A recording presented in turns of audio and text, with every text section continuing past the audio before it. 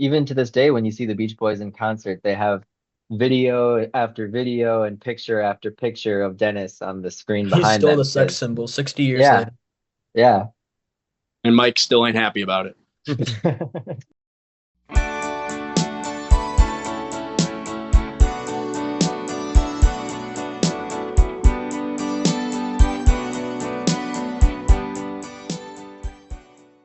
Hey everyone, my name is Jake, and welcome to this 59th episode of Good Timin. As always in this podcast, we're going to be talking about one of our favorite bands, the Beach Boys. And on today's show, we're going to be discussing the life and musical career of founding member Dennis Wilson. Dennis, of course, is best known as the band's longtime drummer and was with the group from their formation in 1961 all the way up to his tragic death in 1983. Through his life, Dennis had many ups and downs, which we'll definitely get into, but he also really evolved as both a musician and as a songwriter over the years.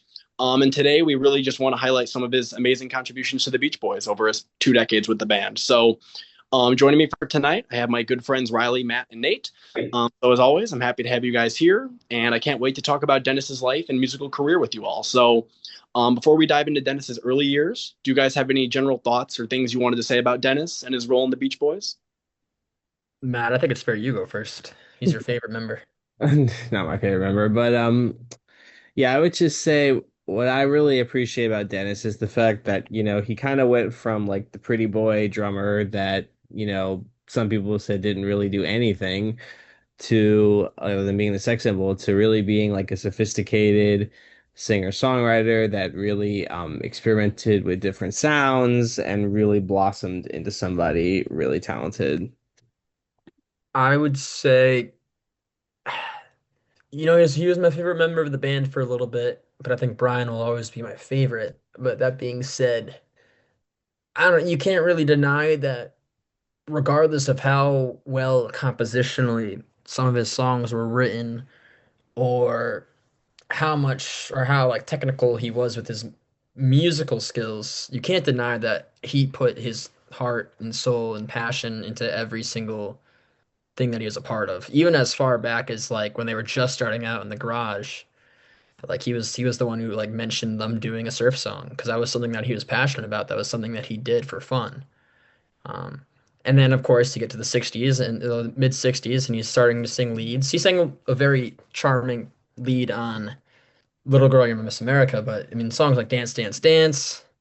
Uh, Do you want to dance? Do You Want to Dance? Thank you. I don't think that was the dyslexia. I think I was just stupid there. Do You Want to Dance? And Back in my mind. in the back of my mind, sorry, man, I was brain farting. Uh, he had a lot of passionate vocals, and then by the later 60s, when Brian was sort of taking a back seat, he kind of took the opportunity to start composing his own songs. And then, by like even the early 70s, you had songs like Forever and Wouldn't It Be Nice to Live Again. And in the late 60s, he's still writing songs. You have his solo album, and some of my favorites are like Love Surrounds Me from LA. And I think, regardless, TLDR, he put his heart, soul, passion into everything he did, whether it was songwriting, singing, or just playing piano on Good Vibrations, or I guess that organ on Good Vibrations. Yeah, I would say that when I think about Dennis Wilson, I think about his incredible voice and how he used his voice like an instrument in a way that only he could. And there's a lot of people that can sing and they can hit the notes and they can give you a technically perfect performance, but very few people that have ever lived on this earth can make you feel the way they feel inside just with the power of their voice. And I think Dennis was incredible at that, whether it was his boyish vocals on the early albums or his really gruff and strained vocals on his solo music. You could just always feel the way that Dennis felt in his heart just by hearing that amazing voice. Yeah, I mean, I guess the main thing that I would say about Dennis is pretty much what you guys said. His music just has a lot of soul and a lot of feeling to it. And I think that's why I really connect with so many of his songs. Yes, he may not have had like the best technical voice, like especially like compared to like Brian and Carl. But I think that he totally made up for that by just being a really emotive performer. And you could tell like whenever he sang, like it really sounded like it came from his heart.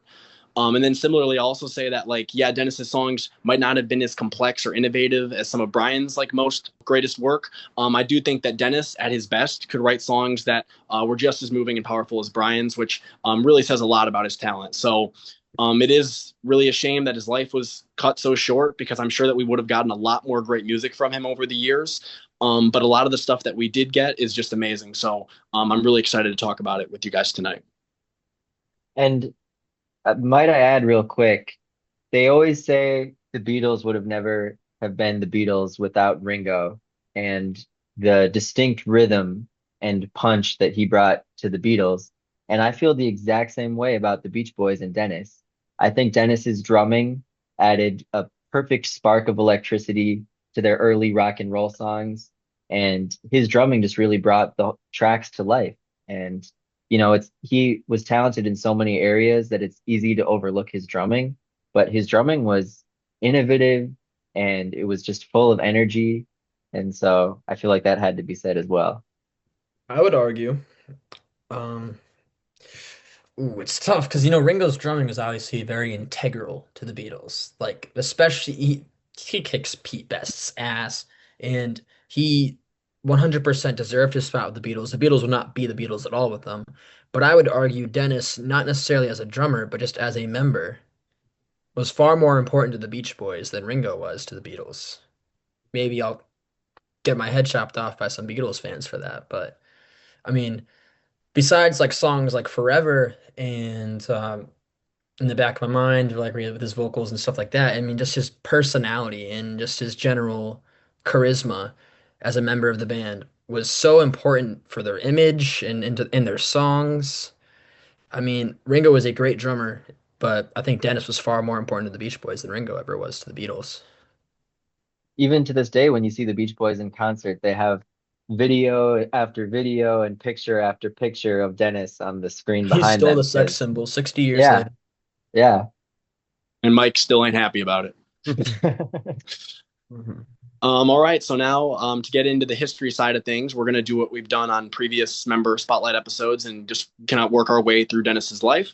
So to kick us off, Nate, do you want to talk a bit about Dennis's early years growing up in Hawthorne, and then also just how he ended up becoming an official Beach Boy? Yeah, so you think about the childhoods of the different members. Mike was an athlete and he actually wrote poetry.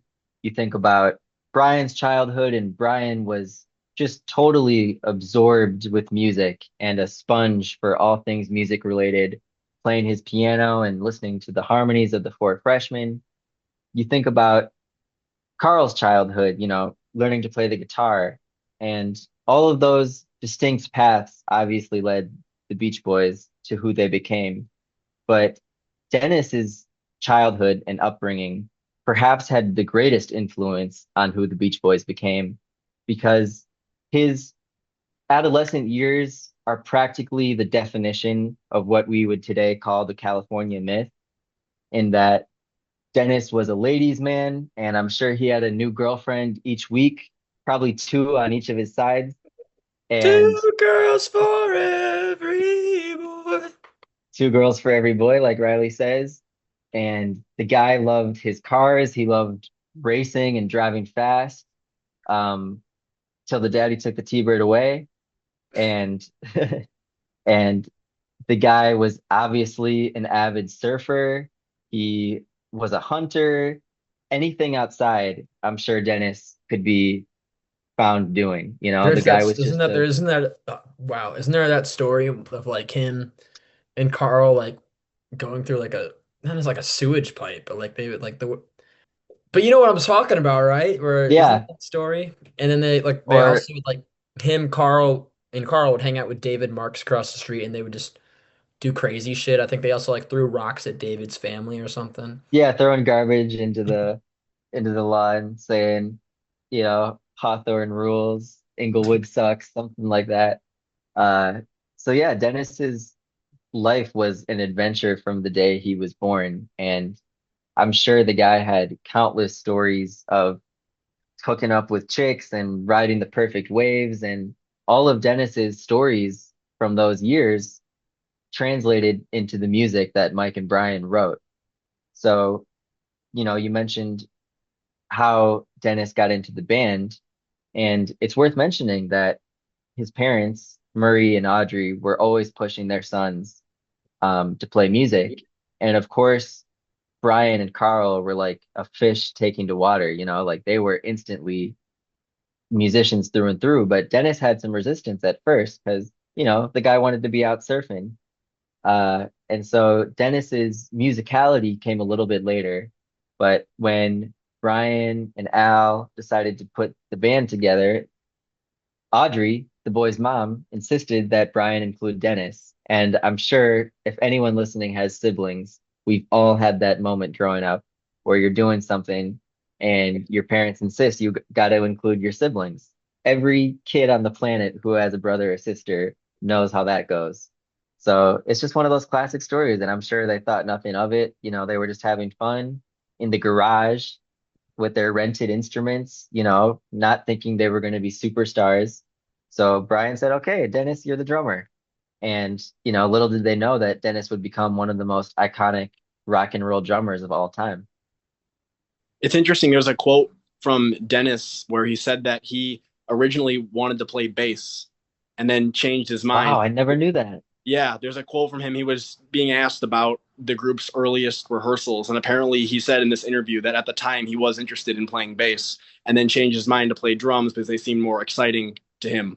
Which makes sense. The guy had a ton of energy and like needed a way to let it all out, and I think that the drums were like the perfect instrument for that. So Yeah, and people always talk about Dennis as if he wasn't a great drummer. And God, I mean, in my opinion, you listen to Surf Safari, Shutdown, Little Deuce Coupe, that drumming is so tight. It swings, it has a spunkiness and an attitude to it. And he kind of flirtatiously brings the tempo up at the right moment. And to me, Dennis's drumming was extremely tasteful. mhm. Yeah, like not necessarily technically Yeah. brilliant. He's not like Neil Peart. Um, Or John Bonham or someone like that. yeah, I think he's kind of maybe not as skillful, but more along the lines of like Keith Moon or like who actually funnily enough, Keith Moon was a massive Beach Boys fan. Um, Yeah, so and like would Keith Neil Moon, where he's Peart or John Bonham or Keith Moon have been who they were without hearing Dennis's drumming? I gotta disagree with you there, but because Mhm. they're just incredible. Also, I think Keith Moon picked up the sticks before Dennis. And he's already a crazy man. But I think that like he was not necessarily technical, but he was very, like you said, tasteful. He fit the, for lack of a better term, the vibe that the band had, the kind of general aesthetic that they needed. They were a garage rock band, quite literally. And even though they became studio masters, they were a garage rock band, and he just had that garage rock, laid back, slacker kind of like style to him, and that, Mhm. that fit what they did. Yeah, exactly. That's what I was just thinking too. It's like, like as great as Neil Peart is or John Bonham, like they fit their bands, and Dennis fit the early Beach Boys very well, even if he technically wasn't the best drummer. It's kind of like Mo Tucker in the Velvet Underground. She technically wasn't the best drummer either, but her style fit what the kind of music they were doing, and Ringo's style fitted the Beatles very well. So I agree. Dennis, what he lacked in technicality, he made up for in energy, in tastefulness, I think that's a really good word, and in fitting the aesthetic.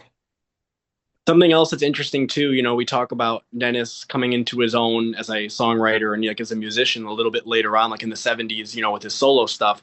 But it's interesting that by the time he was only 14 years old, he was already starting to learn like the boogie woogie piano, I think from Brian, which is interesting. It really shows how musical the family was, that like even though Dennis maybe had the least interest in like, what the others were doing, like Brian and Carl and the other guys, like he still was learning piano at a very young age. And I know he took drum lessons, I think, in 1960. And I know that his drum teacher said that he was a beater, not a drummer, and he was a fast learner when he wanted to learn. Which kind of sounds like Dennis. You kind of have like that ADHD kind of way that you operate, and I think that's kind of how Dennis was. So And He's like that his kid in math technique. class, dude. That kid in math class who's like really good at math, but he never does his homework, so he still gets like a C in that class. But if he actually applies himself, he's like quite brilliant. Yeah, exactly. And he created a technique on drums that became extremely common, but he was the first to do it, where most drummers hit the snare and then they hit the hi-hat with their right arm over the left and play like this. But Dennis used this hand on the hi-hat and this hand on the snare and played like what we would call now as open style, you know. But that was really revolutionary at the time, and he kind of created that style, and now you see plenty of drummers playing that way. Nate, do you want to talk about how Dennis played a big part in kind of shaping the group's early themes and lyrics, starting with surfing? Yeah, well, like you said with surfing, so the Beach Boys, before they were even called the Beach Boys, actually, when they were still just the group of family and friends from Hawthorne, when they recorded their earliest demos, with the producer Height Morgan, you know, Height Morgan and his wife liked the band's vocals and they thought that they had a nice energy to them and they were nice boys at that time, you know, much younger than even we are. And but they just said, "Hey, you guys need to come up with something original." Because they, to this point, we're just playing covers, you know, for freshman tunes and other 50s standards. And Dennis goes, "Oh, we've got a tune about surfing."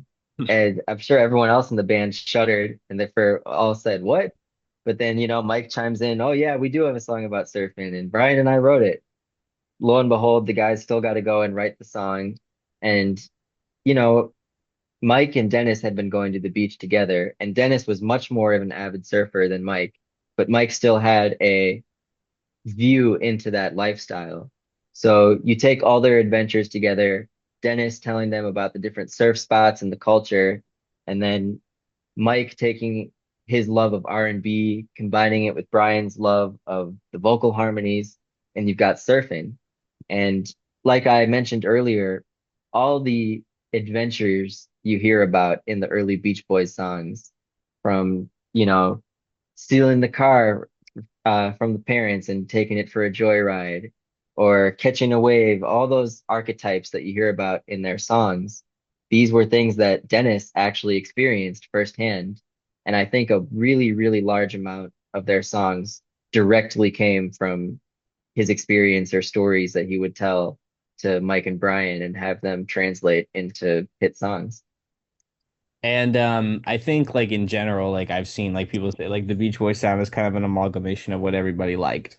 Because you had like the four freshmen harmonies from Brian, the doo-wop stuff from Mike, the Chuck Berry stuff from Carl, the Kingston Trio stuff from Al. I know Dennis was a big fan of like Dion and the Belmonts and groups like that. Um I think we've all, I think I know I mentioned this before, we've all seen that scene from like that one Beach Boys movie from the 90s, Summer Dreams, where it's like Dennis picks up a girl and takes her to the car, and then Mike's like, they'll have fun, fun, fun till Daddy takes that T-bird away. Now, I know that didn't actually happen, but I do think that that is, like, it didn't actually go that way, but I do think that is a good visual representation, at least at like how, like Nate, you said, like some of the songs came to be, where it's like Dennis's life was reflected in the song lyrics. Hmm. Absolutely. And I do think, you know, in the movie they made it seem like Mike thought of it right away for it to be this the song, you know. But I do think that happened when they were kids, and then years later when Mike and Brian were writing the song, from what I understand, it was still about an event that Dennis, you know, it just wasn't instantaneous like how the movie made it seem. Nate, do we want to talk a bit about some of Dennis's early contributions to some of the band's first albums? Yeah, so we, you know, kind of dove into his drumming, which obviously on the first, you know, half dozen albums, there may be a session drummer here and there, but for the most part, Dennis is drumming on every single song on these early albums. So, of course, you have some really energetic drumming, like we mentioned. But as far as other contributions go, on these really early records, you've got uh, his lead vocal on Little Girl, You're My Miss America, Mhm. um, which I think we can maybe discuss, but I think it's a really lovely song. It's a Herb Alpert song, if I'm not mistaken. Um, who, you know, had a lot of fame with the Tijuana Brass later on, and he was actually Jane and Dean's manager at the time of the Beach Boys recording this song. But yeah, I mean Dennis's vocal is just so sweet on that song and it has such a innocence to it. Hmm. I totally agree. I think that that vocal on that song, first off, considering that that was like his first real, like lead vocal with the band, it's a very good vocal considering, how young he was and just like the fact that, like as we've said, he didn't have like the technically greatest voice, but he manages to put on a really emotive delivery with that song. And I think that that's a lot of the song's appeal to me and the charm is that Dennis's vocal is just very earnest and sincere. And I do think that that's one of the better songs on Surf Safari for that reason. So yeah, I think that's a really great vocal performance from Dennis. And yeah, like Nate said, like we talk about, Dennis as a drummer and how like, in the mid 60s there were a lot of session musicians playing some of the parts, but in these early years, like all the drumming you're hearing is pretty much all Dennis. And you can really hear from the start, how what a hard hitter he was. Not to jump forward too much, but you also have contributions from Dennis on on Shutdown Volume 2 with This Car of Mine, where he does the lead vocal on that, and that's a very solid lead vocal. The And Wanderer. The Wanderer, Mhm. which, as you said, Dennis was a big fan of like Dion and artists like that, so it's kind of fitting that he's singing a song like that. And then also you think of On All Summer Long with Girls on the Beach, where Dennis's vocal comes in during that bridge. The sun in her hair, like that's like such a great vocal, and that's like one of my favorite parts of that entire song. So I think that Dennis's vocals really added quite a bit to the songs in their early catalog, even if he didn't pop up too much. When he did, I think it was always memorable. And like Nate said, there's some great drumming from him as well on these early songs. So. Mhm. His voice was really important to the stack too. You listen to those early songs like 409, Surf and Safari, and because Al was no longer in the band at that time, Dennis was filling his spot in the stack. So Dennis was crucial to those harmonies as well in the early days. Yeah, Mhm. his voice gives the harmonies an edge that I like. Because you have kind of like the gruffy, like kind of like not really gruffy, not yet, but like like the gritty, like the grittier kind of earthy voice he had. He hadn't gotten super gruff yet. Yeah, Little Miss America is a very charming song. You are right, Nate. It is a Herb Alpert co-write. It was originally performed by the group Dante and His Friends. And that version is actually quite a bit different, at least in like the bridge and stuff is quite a bit different from the version that they did on Surf and Safari. I have heard it because it's on some like bootleg thing. Yeah, and then This Car of Mine, Jake, like you mentioned, that's a very charming song too, and a lot of it is the vocal. And then yes, I agree. His part on what was that song? Girls on the Beach Yeah. is really great.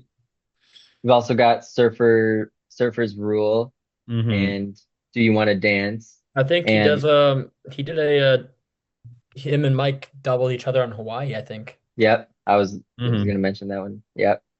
And his first co-write on a Beach Boys album was contributing to the South Bay Surfer on their 1963 album Surfer Girl.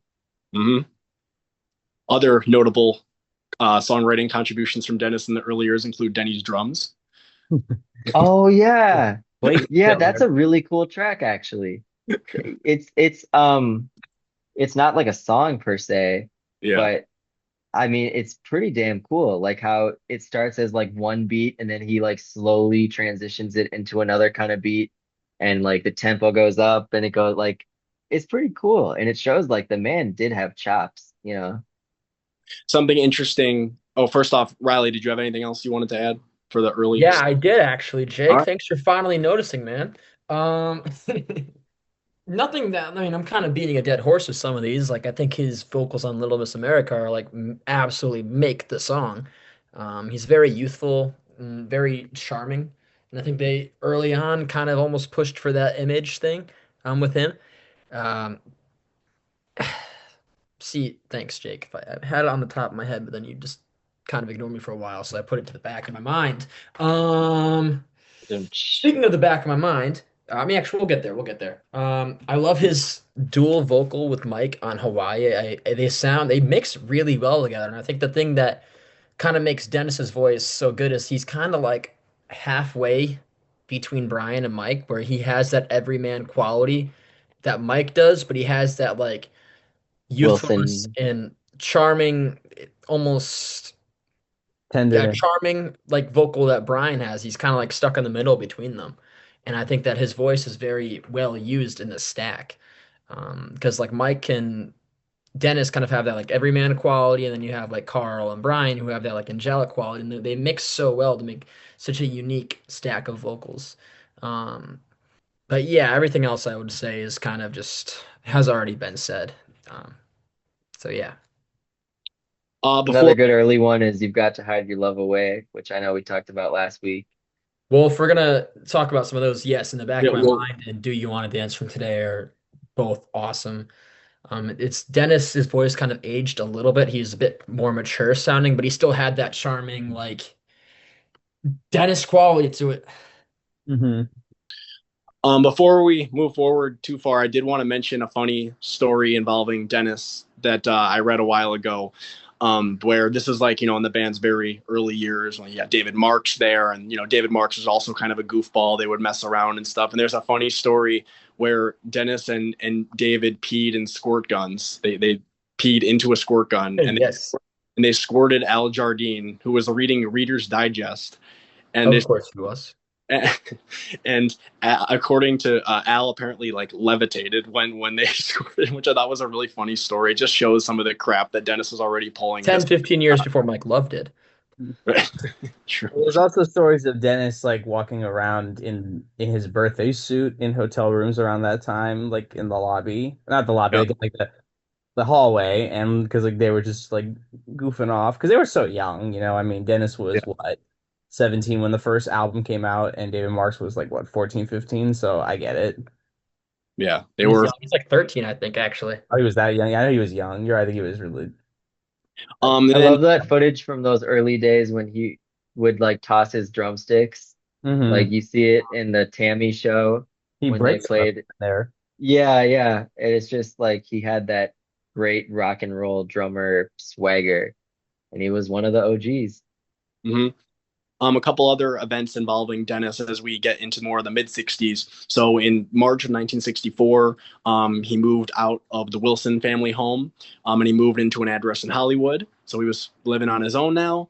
And then in 1965, obviously, Brian told his bandmates that he would no longer be with the group on the road.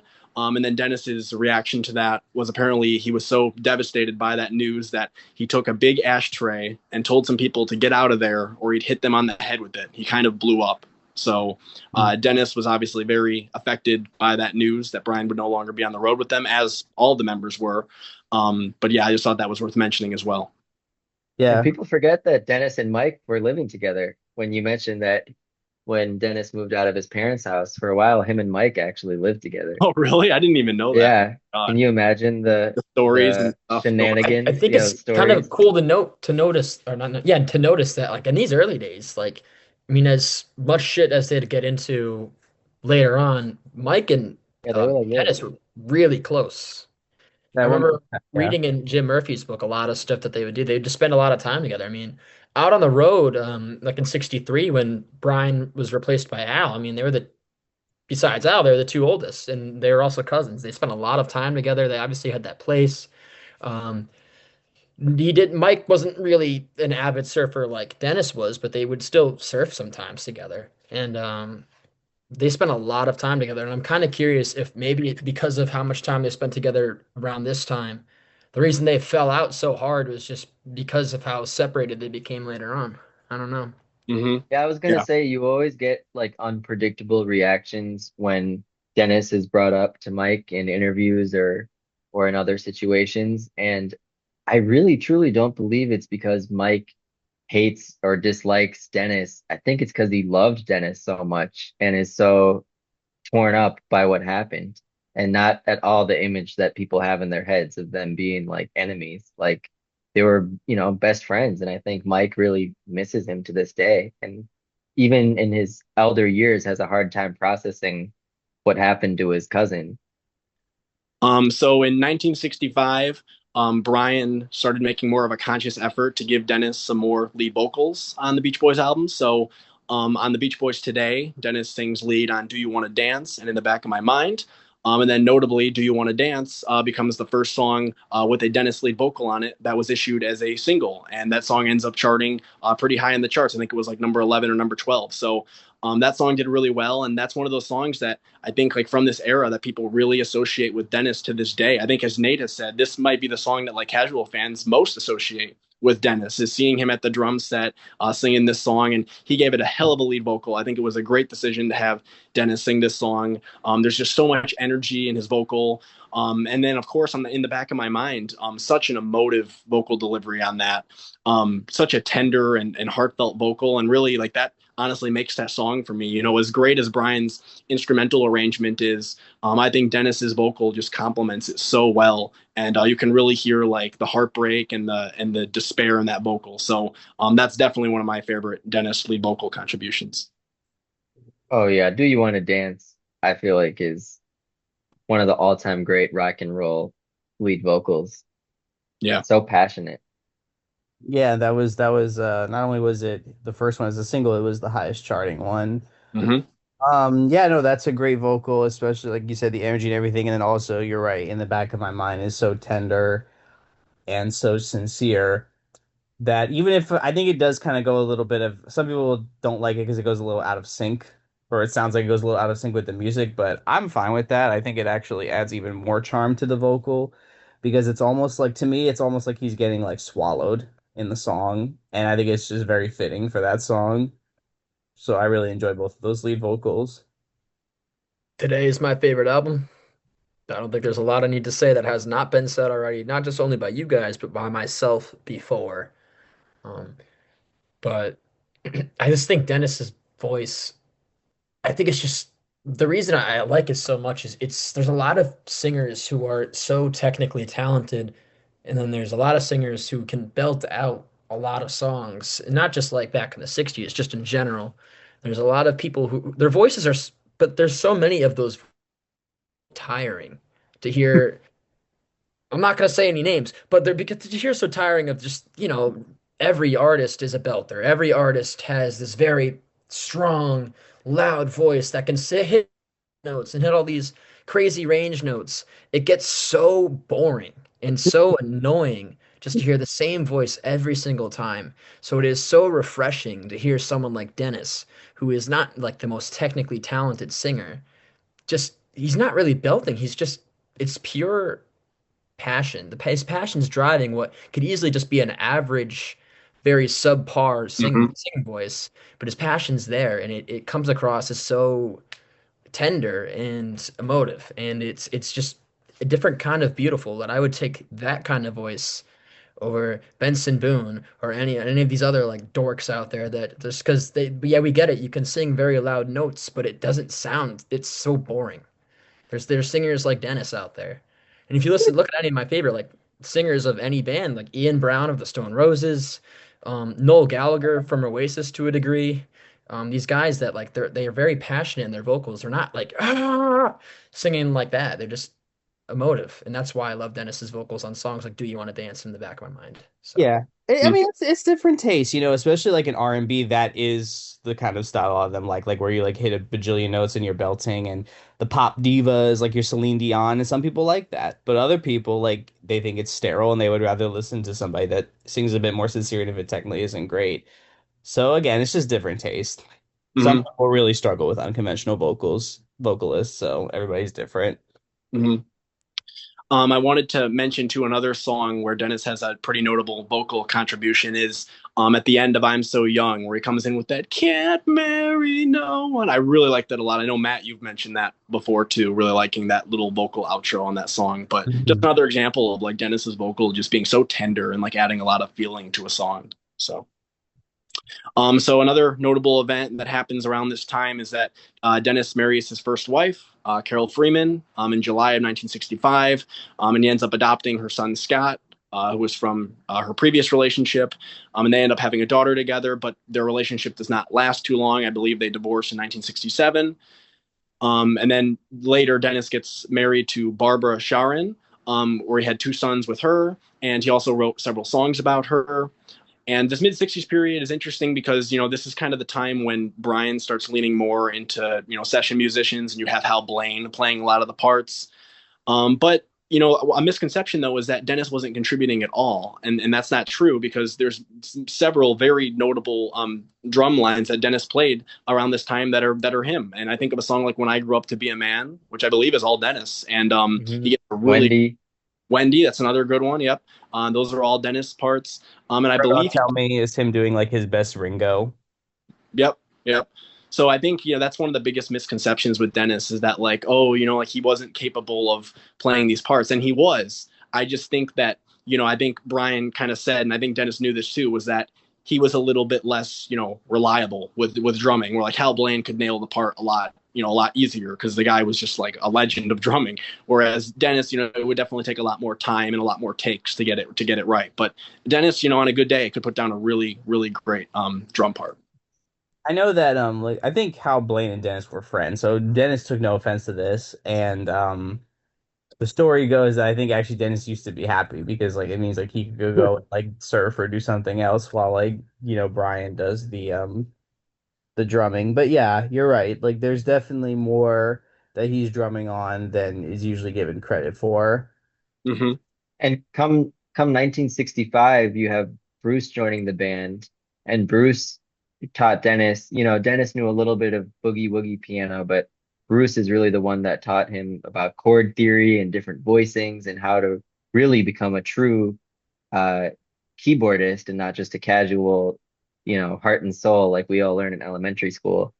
Uh, so come mid 60s when Hal Blaine's doing a lot of the drumming, you start to have Dennis playing keyboards on some Pet Sounds and Good Vibrations and a bit of Friends. You have Dennis playing keys. So it's not like he was just totally absent from the studio. Yeah, and Bruce and Dennis were really good friends too.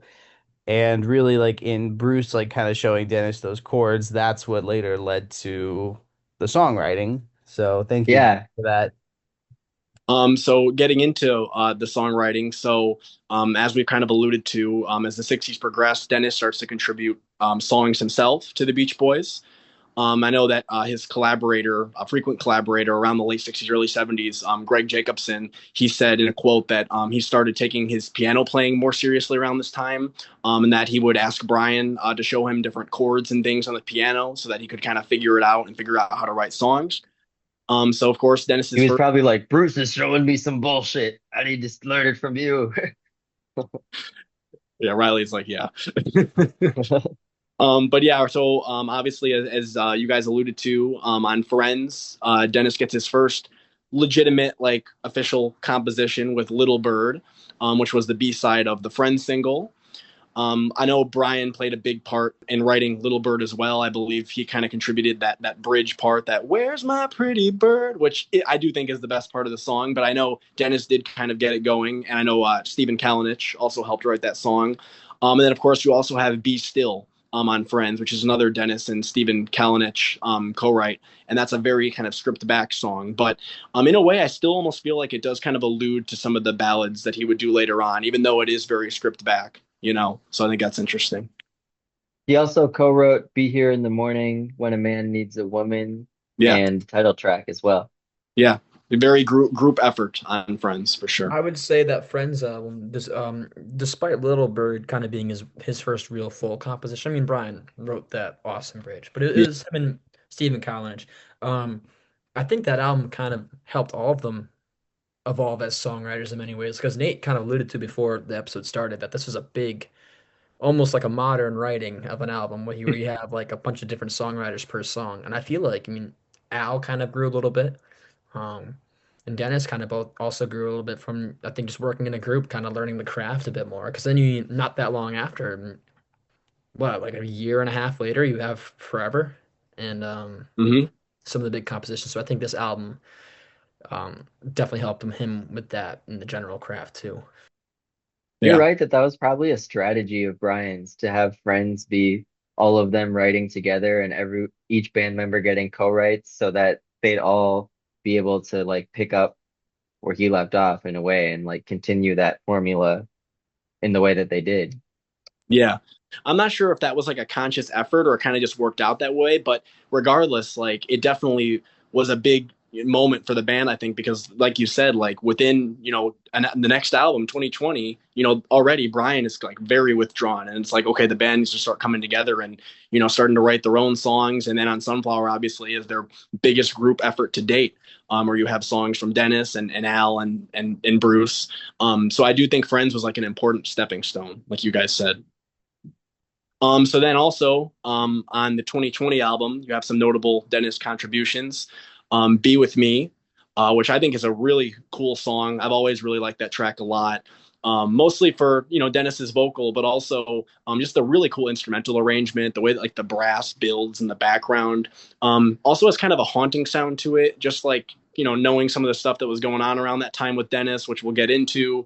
You have the kind of haunting strings at the end, the kind of wailing like vocal, like the very echoey vocal. But very cool song, very moving. And then also the rocker, All I Want to Do, which Mike gives most rocking, interesting vocals on. But that's also a Dennis song. And obviously Dennis threw a little surprise in there at the end, which I don't know if we need to say what it was, but It wasn't a surprise. It's just a happy end. Yeah, That was a double entendre. Yeah, be with me. You're right. It's a very haunting song. It's got some cool lyrics in it too. And yeah, All I Want to Do is arguably the heaviest song they ever did. You can make a case for that. Just because of like it's almost like proto-punk in a way, and of course, like the little happy ending at the end, as Riley puts it. Yeah, I really, really like Be With Me. I know there's another song on there, but we'll get to that. all I want to do to me feels like fun, fun, fun on cocaine because like the chords and even melody are like pretty darn similar, but it's just like dialed up to 11. yeah. All I Want to Do has actually grown on me quite a bit in the past year. It's just such a rocker. I think Mike gives an incredible vocal. Really showing that he has that Chuck Berry style still inside of him, even though they're kind of moving away from that general rock direction. And I feel like some of the song was written almost to be like almost with the times. I mean, you got to think about this. Like Hendrix was huge. Zeppelin was on their meteoric rise. Cream was big Yeah, on well, there. Cream, I think it disbanded by a 68, 69, so this was kind of passing a little bit. But generally, that hard rock thing was coming in. It was the now, and they were still doing stuff like Friends, and I Went to Sleep and stuff, where there's very much.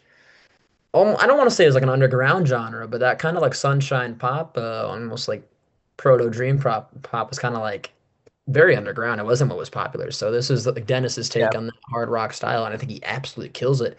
I know it doesn't have like a Jimmy Page guitar solo in there, but it's just so full of energy, and I actually really like that one. And Be With Me, I love the verses on Be With Me. Coming out tonight, got a real good looking shirt on. It's very groovy. And I like the way that song kind of rises and falls. Yeah, me too. There was quite a bit of outtakes around this time too, like A Time to Live in Dreams The gong, Oh yeah. that's creepy, man. and songs like that. So like Dennis was like starting to get very prolific around this time. Especially with I know Stephen Kalinich, who was doing a lot of stuff with it this time, and they were very good friends because they continued to work together into the 70s. Mhm. 2020 also has what I would probably consider to be Dennis's most iconic drumming of any song, and that's Do It Again, which is Mhm. just like such a recognizable beat. So yeah, the album starts with his drumming. Mhm. That wasn't a drum machine. That was actually Dennis. Yeah, yeah. And they used Echo and a Moog synthesizer and all this wizardry to get it to sound like that, but it was Dennis playing, yeah. Yeah, I That's think awesome. I always thought it was just a little drum machine, and then Dennis played over. Did they I, even have drum machines in the 60s? I think like A couple of years later, Lady the Fallen in Love was a very early example of Dennis actually. I think used yeah, a drum machine. Yeah.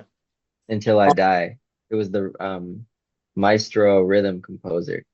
Mhm. Yeah. Before we get into that other song on 2020 and lead into a little bit of that discussion, which we won't go too into, but I did want to mention as well the B-side of Breakaway, Celebrate the News, which is another Dennis song. I've kind of said on this podcast, I'm not the biggest fan of this song. It kind of sounds like a B-side to me, but it definitely does have a groove to it. I can see the appeal of it. and some kind of cool lyrics as well. It definitely feels like something that Dennis wrote around this time. So it's an interesting song. Just doesn't do a whole lot for me, but I know Matt's a big fan of it, so I'll let you share some thoughts on it. Matt is a big fan of it. Yes, I really like it a lot, honestly. I think thematically it's really celebratory because like it was like one of the last things they did for Capitol. So there's Mhm. a sense of optimism in the lyrics I really like. I really like the backing track and the harmonies, like the bad luck, no more, I no do like that. I do like that. Yeah, I really enjoy the song. I wouldn't go as far. I know I have seen some people say they like it better than Breakaway. I wouldn't go that far, but I really do enjoy Celebrate the News and the celebratory mood of it and just the optimism I feel in the song. I also think like I don't know if Dennis had met Barbara yet, but like if he had, then this is also very like it kind of fits with like the vibe of the song, or I don't hate to say that, but you know what I mean? Because like I know a lot of people say she was like the best wife he ever had. Like they really, Dennis unfortunately couldn't keep it in his pants, but they really no, seriously, but he really did love her. He was made to love her. Sorry, I was muted. I was born in Little Rock. Had a childhood sweetheart. Hey, Stevie Wonder loved it, so good for him.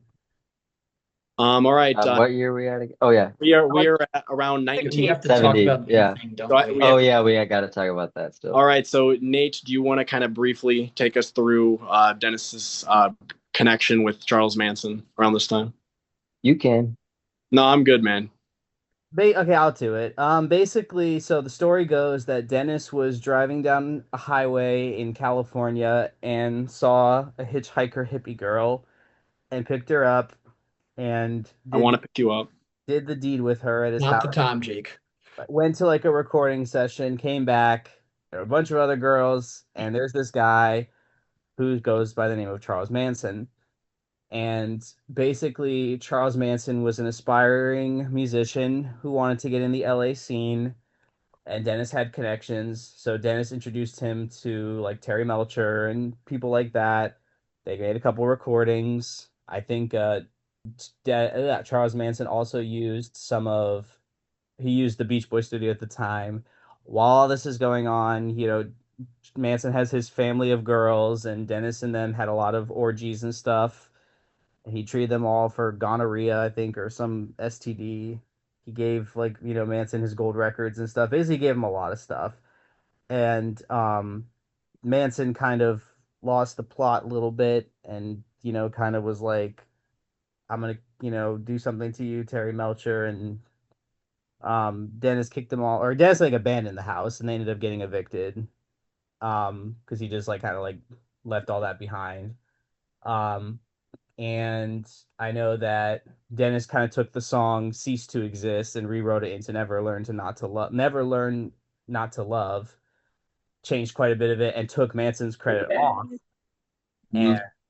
Manson was pissed about this, but Dennis was like, "Well, I already gave you all this stuff. You're not getting a songwriting credit." And then, one thing led to another, and the whole thing with Sharon Tate, and Yeah, I mean, it obviously a pretty disturbing portion of the band's history, just like knowing this was going on. And it wasn't like a super lengthy period of time, but just the fact that like, members of the Manson family pretty much were like crashing in Dennis's house and just living there. And like you said, Dennis was kind of taking care of them a bit. And like Matt mentioned, there was a lot of freaky stuff going on around this time. And I know initially Dennis kind of thought like Manson was this kind of cool dude. I think he described him as like a guru or something. And then over time, as Manson started to spiral more and more off the deep end, like visibly, Dennis started to distance himself from him. Like, whoa, this guy is starting to freak me out. And then, obviously we know kind of what happened there. And Charles was pissed at Terry Melcher, because he didn't end up signing him after he had recorded those demos, and then we all kind of know what happened from there. So, kind of a ugly spot in the band's history, but it's something that's very notable in Dennis's life because I think it affected him for the rest of his life. He didn't like talking about it at all. When it did come up, he would mention how much he was just like just appalled by Manson and how he wanted nothing to do with that. And I think he probably went to his grave like haunted by a lot of that stuff. So yeah. Dennis didn't Yeah, even testify. Greg Jacobson, his yeah, his friend, friend, did, yeah. but Dennis did not even testify on when the trial happened. And yeah, there are stories that well, there's a story that he apparently beat the shit out of him, which is awesome. But Yeah, because he threatened his son. yeah, I think it was Van Dyke Threatened- Parks. Van Dyke Parks has told Yeah, that story. Yeah, because I think he was like he like pulled out like a bullet and was yeah. like be lucky your kids are sleeping at night, and then Dennis beat the crap out of him. But yeah, no, it really definitely haunted Dennis for the rest of his life. I think he really suffered PTSD from that whole thing. And I think that leads to some of the drinking possibly, and a lot of that self-destructive, So Yeah, I would say Yeah, it I was was gonna say that. before this, he probably liked to party and liked to have a few drinks and Dennis the Menace. But after this, I think it was like almost overnight, like put him in the situation that he would b battle with for the rest of his life of, like you guys said, drinking and very intense drug use and anything he could find to cope with that guilt. I hate to say it, but gotta say it straight. Yeah, and I think it was a combination of that, and then also the trauma from childhood with Murray. yeah, Of course, yeah. Yeah, he definitely I mean he's a very well-intentioned man, especially I think around, in the 60s. Um so I think going in he obviously didn't know that Charles Manson was the Charles Manson that we know about today. yeah, yeah, Um like if anything he was just kind of like we said, he kind of saw him as this like figurehead. Um Rebel guy. Yeah, Yeah. I mean, I don't want to make this like connection. I mean, they're obviously very different people, but I think in a similar way to like how Mike probably looked at like the Maharishi or something. He was like, That's a fair, yeah, so great. like he didn't know, not the right time, not the right conversation, Jake. So like he wasn't like, oh yeah, this guy's a murderer. Let's go. I'm gonna hang out with him. He's like, oh, this guy is this figure and he wants to make music. Yeah, why shouldn't I work with him? He likes to party too, so like I mean it's a kind of a win-win. And obviously once it kind of did get to that point, Dennis was scared shitless. He didn't want to be any part of it. So like to make the connection that like he wanted to like his bad intention with this, I think is like ridiculous. And I'm kind of glad that around the internet was kind of well seen that he didn't want that. Um, so You also made a perfect segue to the fact that Dennis was the one that was initially so infatuated with TM, and yeah. Dennis was the one that had to convince Mike to see what it was all about. So, And then Mike made his without personality. without Dennis introducing them to TM, God, I mean, we wouldn't have some All This Is That and a lot of those All I Want to MIU. Do. And TM's Um, song. yeah. And honestly, frankly, we may have lost more of the members a lot sooner. Yeah. Oh, finally the healer too, and songs like that. I mean, you could go as far as to saying like even do you really want that like, kind of like butterfly effect? I mean, who knows how different the 70s material would have been without the Yeah, influence of exactly. TM. Yeah. Yeah. I think it was actually yeah, I think as the story goes they were at a UNICEF benefit and Dennis was talking to Elizabeth Taylor and Richard Burton. And I think they're the ones that like kind of were like, "Oh, the Maharishi's here." And then like one thing led to another. So around this time after this, like 1969 going into 1970, the Beach Boys changed labels from Capitol to Warner Reprise. And on the band's first album with the new label Sunflower, that's kind of the album where Dennis really comes into his own as a songwriter. Some of his, most beloved songs among fans are on this album. You have Forever, which is obviously just a classic song, co-written with Greg Jacobson. You also have Got to Know the Woman. It's About Time, which was co-written with Carl and a few other people. But yeah, this is really the period where Dennis really starts to shine as a songwriter. Oh, I also forgot to mention Slip On Through, the album opener, which is really starting to show Dennis's funky side coming through, which you'll hear more of in the future on like Pacific Ocean Blue. But yeah, just this really cool, like funky rock, very contemporary sounding opener It's to like the, a R&B yeah, kind of like R&B dream, not dream pop, R&B like sunshine pop song. yeah. And yeah, and it's a shame as we've talked about, it's a shame that like, that single did not chart and that this album really bombed because I think that there's great material from all the members on here, but I think that Dennis's songs really shine on this record. So that's just kind of an introduction to Sunflower and Dennis's contributions. Yeah, and I think a lot of his songs kind of helped salvage Sunflower because I think that when they Yeah. first when they first put the first version they sent to Reprise, they kicked it back and said like, no, this is not really commercial enough. So they kind of merged it with that other album because like some of those songs were supposed to be on the final Capitol album that never came to. I think it was called like Reverberation or something like that. Yeah. So like the final version of Sunflower we got was kind of a combination of tracks from there, which that's where a lot of the Dennis songs came from, and then also the stuff that they recorded explicitly for the first Warner Reprise record. And yeah, Slip On Through is a great opener. Obviously Forever is his magnum opus with the band. Um, I know I've said it before where it's kind of like George Harrison writing something for Yeah. the Beatles. You just have this beautiful love song. And there's some other good ones on there. I know God Sent the Woman is not the best he ever did, but it's a nice little funky workout he got on there. Shows his fun side for sure. It does show his fun side for sure. And then I know he also contributed to um It's about time, About maybe. Time. Yeah, It's About Time, I which think that was mainly him. I think that was mainly his song, and I think the others kind of added to it. So, yeah, that one's a cool little like rocker too. It's been compared to Santana as well. yeah, with kind of the Latin Mhm. ones. Yeah. Which I know they were really big around that time. Yep. And I totally agree with like, Warner Reprise thinking that Dennis's stuff is more contemporary. It definitely does sound like it would fit in more with the times. And like I love a song like Deirdre and I like Add Some Music and a lot of those tracks, but like for sure this stuff, like Dennis's contributions really do sound like they could have appeared on the radio at the time. I was just gonna say like some of the songs they pulled off were like When Girls Get Together and like stuff like that. I can see why the Not stuff for like that long. not for long, but it did make the record at the time. Should have kept that in the vaults. Yeah, I think it's interesting too because I know I made a Beatles analogy of comparing Dennis to Ringo, which is a very obvious comparison to make, given their instrument of choice. But when you get to this era, I'll make a comparison to the Beatles and talk about George for a second. And, it's kind of a trope in rock and roll of Capo. like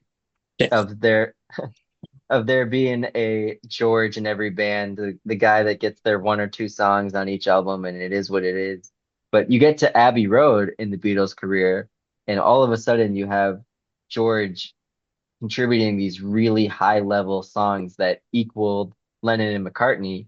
And likewise, I think you get to Sunflower, which was made at a similar time, and you have Dennis finally reaching that Brian and Mike level where his songs are just as good, if not better, than what the band's main writers were doing at the time. And like you guys alluded to, I think you listen to Bruce and Brian's tunes, and they're very rooted in 50s jazz. You Yeah. listen to Al's tunes, and they're rooted in very old Americana and folk music. And Dennis's music is just like a breath of fresh air in that it's so modern, so forward thinking that he really brought the band in a way into the current vibe in the early 70s. For sure, yeah. And especially like when you look at Abbey Road, because like for something was a love song so good that Frank Sinatra said it was the best love song of the past 50 years. And Here Comes the Sun is the Beatles' most streamed song. And both of those Hmm. songs are by George. And just like how Forever became one of the Beach Boys' most famous songs years after Dennis produced it and wrote it. For better or for worse. Yeah. Yeah. Anything you wanted to add, Riley, for the Sunflower material? I'll do a quick run through since I don't think I got a chance to talk about Slip On Through all the way back in season one. It's actually one of my favorite songs from the album. Hmm. I kind of mentioned it's kind of like if Wild Honey was like written by Dennis, Yeah. um, in like Yeah. the best way possible. It has that like R&B feel to it, but it also has that like sunshine pop like theme that was kind of popular around that time. Maybe not as popular as bands like Zeppelin, but they're just like Sugar Sugar by the Archies was released like a year before. So That was a massive song, yeah. And right. that was So Don Kirshner after the Monkees. and I feel like Dennis almost I don't want to say he became a caricature of himself in terms of songwriting, but I'm kind of surprised he stopped writing a lot of like those big upbeat hits and more favor for some ballads. And he has some great ballads. But it's like Wouldn't Be Nice to Live Again is coming up, and then he wrote on Only with You, and then he wrote Wouldn't It Be Nice? I already said Wouldn't It Be Nice to Live Again. And then a lot of his stuff on his solo record was like a ballady. So I mean, songs like "Slip On Through," I wish we got more of those from him, and we did get a couple, but Hmm. it's one of my favorite songs from Sunflower. It is a hell of a way to open that record. It's Sunflower is their Sunshine Pop album, and I think it's a great way to open it. Got to know the woman and It's About Time. Both are pretty good. I definitely prefer It's About Time. I think the chord changes on that are pretty cool. Got to know the woman is a bit by the books. It's kind of like All I Want to Do Part Two. Want to do Part Two. Um, The kind of. harmonies are good at the end of that song though, with the Yeah, I wind. mean, this definitely. I think I don't know if it's a step up because I can think All I Want to Do has a lot of that energy, but it's a pretty good song. It fills its place in the album fine. Um, and then obviously Forever. Yeah. I don't gotta go into that one. It's almost over talked to at this point. I think it's easily his best song, but I think he has some other bangers that are just absolutely left out of the conversation. So Yeah. And kind of Forever. like his God Only Knows, where it's just talked to death. Like, yeah, we know it's great. Um, Yeah. but yeah, Sunflower, it wouldn't be the album it is without Dennis. It's definitely one of my favorites from the band. So Yeah. And I think Forever is a song that holds a lot of emotion to it as well. Just like, reading those lyrics and knowing how Dennis's life played out and how short his life would be cut. It's a very moving song for that reason too. Like knowing that context, it just adds what's that So, performance he did Central in cen- Park, the one Central with Park. Central Park with the wife was there. That's probably the one you're thinking of, Riley. It's the only one on video that I know of. Yeah, I think George Harrison was there too, Yeah, that actually. Central Park woman is just gorgeous. Yeah, and the band was rocking out on "It's About Time" at that show too. It was a really cool list of songs that they played. So, before we get into 1971 and some of the Surfs Up material that did not end up making the album from Dennis, do we want to talk about Two-Lane Blacktop? Yeah, for sure. So Two Lane So, Blacktop, yeah, that is a cult film that was directed by Monty Hellman, and it basically, if you've never seen it, it's a road movie. It's kind of similar in tone to Easy Rider. It was actually commissioned by Universal after the success of Easy Rider, which there's a rock connection there too because that was produced by Bob Rafelson and Bert Snyder, who created the Monkees. But anyway, And that's Phil another topic. Spector cameoed in it too. Yeah, well, that's another topic for another day. But yeah. So Two Lane Blacktop, it was recorded across country, mainly throughout the Southwest. It has James Taylor, Dennis, Warren Oates, who was a great character actor from the '70s, did a lot of work with Sam Peckinpah, and Laurie Bird, who I know later dated Art Garfunkel. Basically, it's just about like these two. They kind of like street racers, and they're basically after their pink slips, which is like the title for the car, not like the one you get at work when you get fired. Um, and basically, like Pink slip daddy. it basically just kind of follows them as they like travel throughout the Southeast. They pick up the hitchhiker who's played by Laurie Bird. They come across Warren Oates, who's actually what's very interesting about this movie, if you've never seen it, is like they don't really have names. So like their character names are James Taylor is the driver, Warren Oates is GTO because he drives a Pontiac GTO, Laurie Bird is the girl because they just pick her up, and Dennis Wilson is the mechanic. And it's a very good like if you like those kind of like new Hollywood films that aren't really so plot heavy but have a really good ambience to them. You would really like it. It's a classic like road film. It's a big cult classic. Like it was one of those movies that was very hyped up at the time. I know that I think it was Esquire magazine published the entire screenplay in April '71, and they referred to it as their nomination for movie of the year. And Roger Ebert gave it a good review, but it kind of came and went. It didn't make a ton of money. It certainly wasn't the hit that Easy Rider was, and Universal kind of buried it in their vaults for a very long time. It was a hard movie to find. But not too long ago, it received a Criterion Blu-ray. So the Criterion Collection basically collects like very important films, and it's also been inducted into the National Film Registry, which is the Library of Congress runs that to like induct films that are culturally, historically, or aesthetically significant to American Film Society. So it definitely found an audience. It's a great cult film. Definitely recommended for anyone who hasn't seen it. And again, it's also a really good time capsule for Route 66 during the pre-interstate era. Not a lot of dialogue, but it's got a lot going for it. So great movie if you've never seen it. I'm trying to picture if Dennis had an Elvis like movie career, what that could have been like. Yeah, so the story was that I think Dennis was like really excited about this opportunity, but I think he didn't like all this hurry up and wait. That's kind of big with filmmaking, so like he kind of got like really bored easily. He didn't like the downtime. Yeah, because that's basically what a lot of the film industry is. It's they call it hurry up and wait. And I know that in Heroes and Villains, which I know is a controversial book for a number of reasons, they basically talk about how big of a flop this movie was because it really wasn't a big hit at the time, and they said that kind of was the end of Dennis's film career. But it does make you wonder because I know there's that interview in the 70s where they were talking about Girl on the Beach, that like cheesy beach movie they did, and then Al talked about how ghastly it was, but then Dennis was like, "Oh, I loved it." And I think they briefly talk about Two-Lane Blacktop in that movie. But yeah, it does make you wonder because James Taylor never really did another movie either. I mean, the only ones like Warren Oates was really the actor of the bunch, and he's phenomenal in the movie. Um, so yeah, it does make you wonder. All right, so in 1971, the Beach Boys released the follow-up to Sunflower, "Surfs Up." And this album, something interesting about it is that Dennis had songs that were originally, going to be included on it, or he wanted them to be included on it. But in the end, the album ended up including neither of them. And those two songs were "Wouldn't It Be Nice to Live Again" and "Fourth of July." Fourth of July, I think, is okay. I've never been the biggest fan of it, to be honest, but I do think that the lyrics are pretty cool, especially like I think they're kind of relatable to like a lot of the stuff going on right now. But the production's very cool. The song itself doesn't do a whole lot for me, but I do think that there's something there. But "Wouldn't It Be Nice to Live Again," I think, is a masterpiece of a song. I think one of Dennis's very best, both musically, production wise. It's just a really, really moving song. I think it would have fit so well on the album.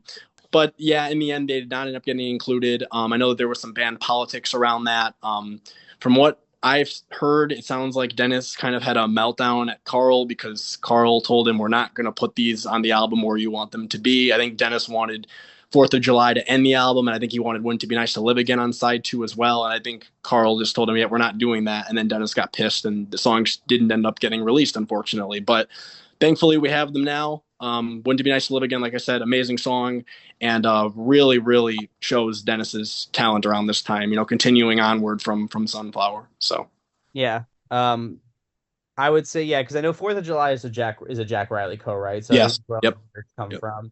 That one is pretty good. I do think production and Carl's vocal makes that song though. It melodically isn't the strongest. Would It Be Nice to Live Again is absolutely freaking gorgeous. And it's one of those songs that kind of was like kicking around in the vault for so long, and then when it finally came out, you're like, why the hell was this not anything sooner? And I know why, but it's just such yeah. a beautiful song, and that one is just like such a haunting song too. Um, yeah, I'm glad we got it now though, but I agree, definitely. Like I could think of at least two or three songs I you could take off Sunflower and put those two on, and the album's up a few notches for me at least.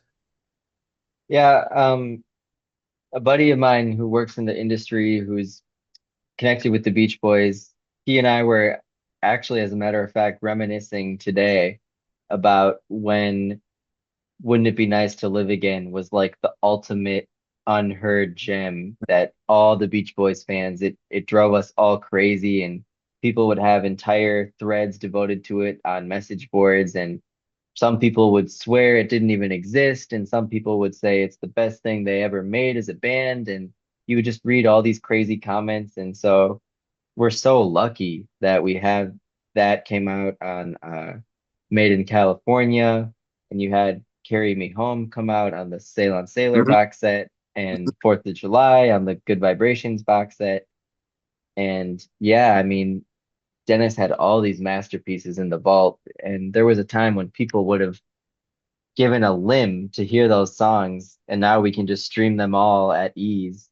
And a lot of new Dennis songs and things that Dennis was a part of will be coming out on future box sets, things that, people haven't heard. So there's just a wealth of great music that he made.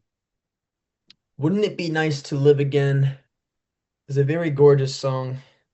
I actually prefer that 7 minute cut with that little, "Would you be nice to live again?"